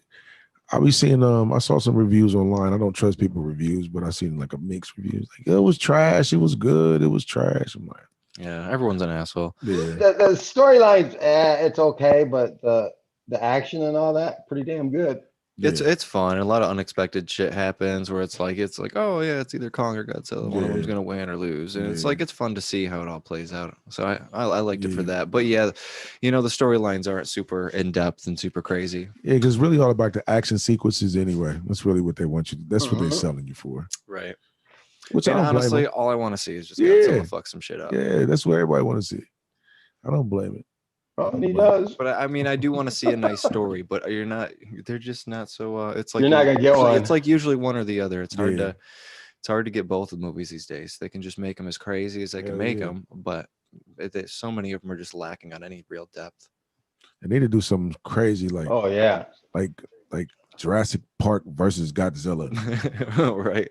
or King Kong versus Jurassic Park or some shit. Something crazy. Yeah. I think there's I'm excited for you ever heard of Spawn?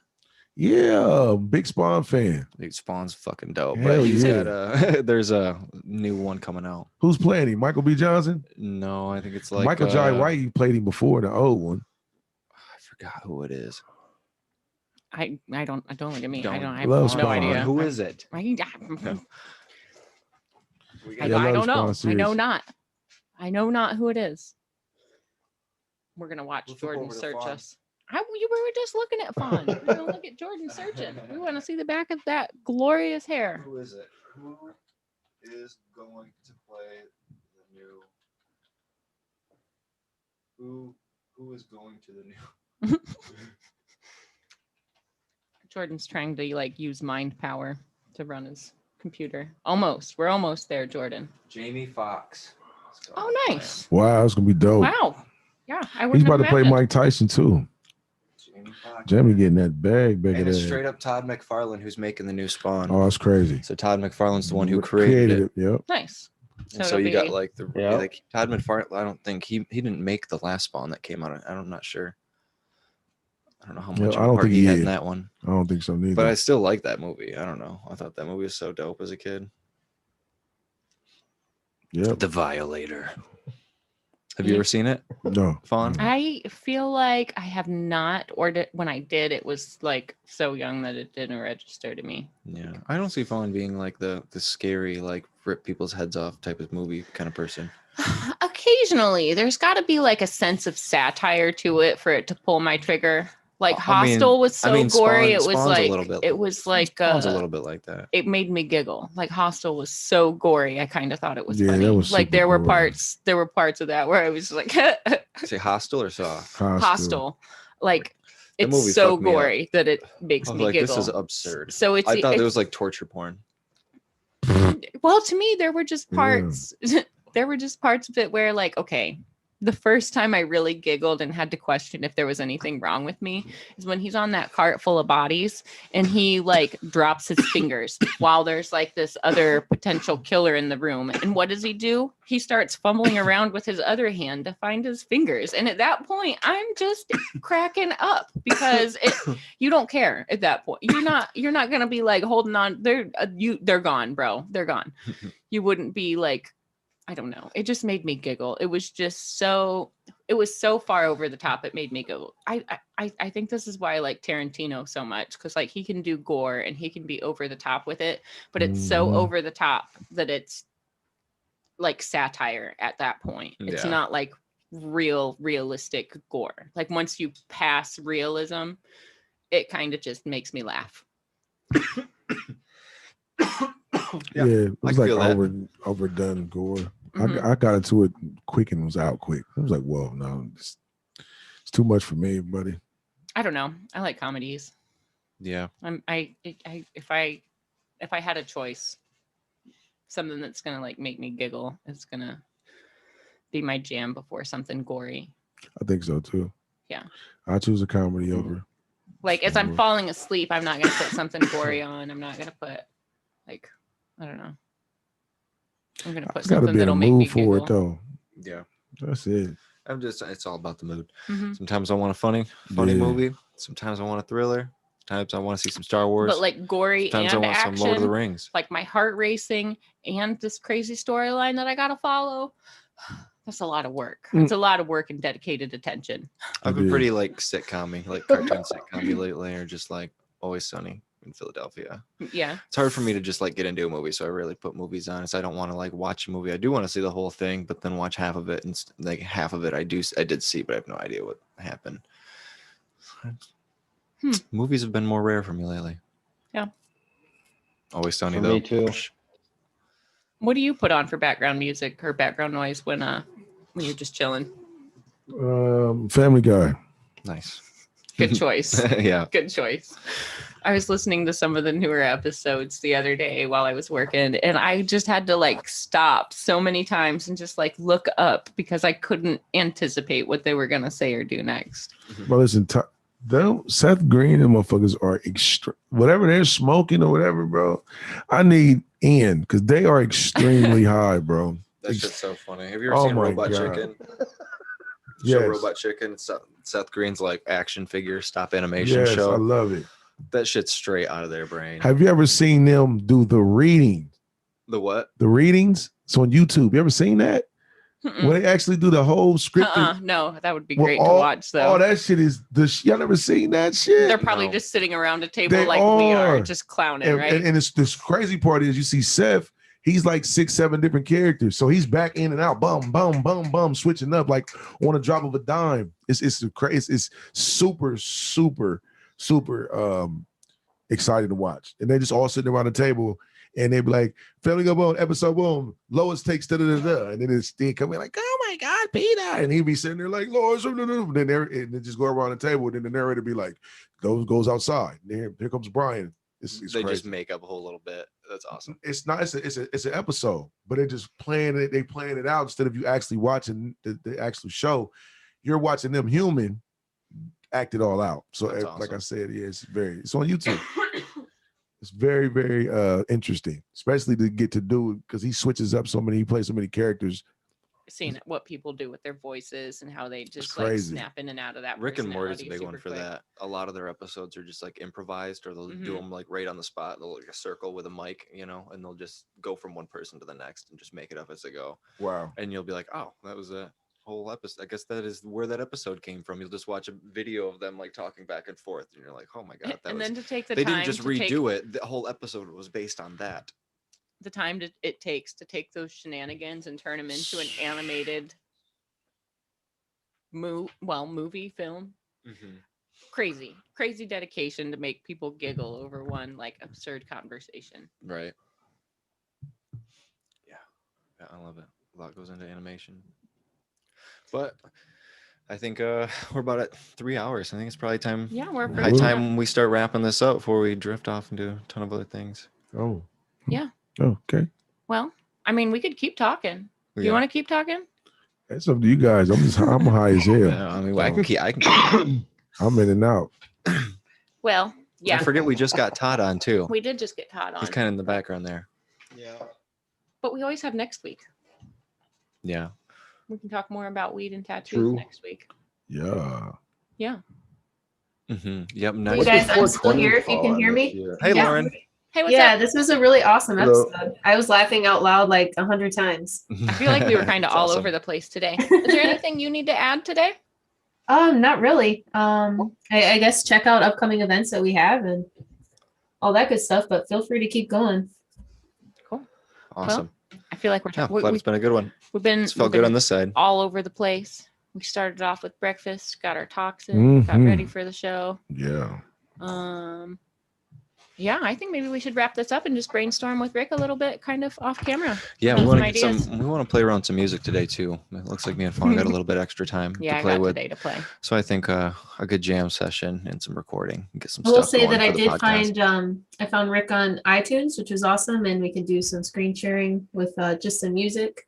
Oh. If you ever want. So Yeah. yeah, it's a lot of good Yeah, do stuff. some promotion for you, man. Yeah. Appreciate Get you it out guys, there. man. It's love, man. Yeah. That'd Yeah, be. show it up. We'll wrap up and then you can just kind of let some of his music play in the background. All right. What song do you want us to go out with, Rikk? She on iTunes, so she probably got that bitch on local project. Go with damn. Slapping. Slappin's a good one. Mhm. We've talked about Columbus a lot, and that's kind of like Columbus specific. It definitely That's is a good Columbus one. specific. Slappin is a Columbus slang word Yep. if you guys aren't hip. Yeah. And that's why that song took off the way that it did around Yeah. here, because everybody was saying it at that time. That shit slapping. I don't know. On the west side, people still say it, I think. They do. They do. Over there on the bottom. Yes, they do. Started from the bottoms. Now we're here, Rikk. Yes, we are. All right. Well, thanks for joining us. You can find me at Fawn Baker on Instagram, or you can find us at Tattoo Collecting 101. Rikk, where can people find you? Everything is Ricky Reighn, man. Rikk Reighe. Rick Reighn. Facebook, Instagram, Snapchat. Everything is Rick Reighn. If anybody else got it, they lying. Todd, what are your plugs? Just on Instagram, Kahora54. Nice. Ooh, yeah. Follow him. Todd, thank you so much for joining us, man. Happy you popped in for a minute. I Yeah, love it doesn't seem having like I you. added. That's okay. I love having you on, even if it's only a few minutes. You're always, We I just love like seeing talking you, to man. so much. All right. Yeah.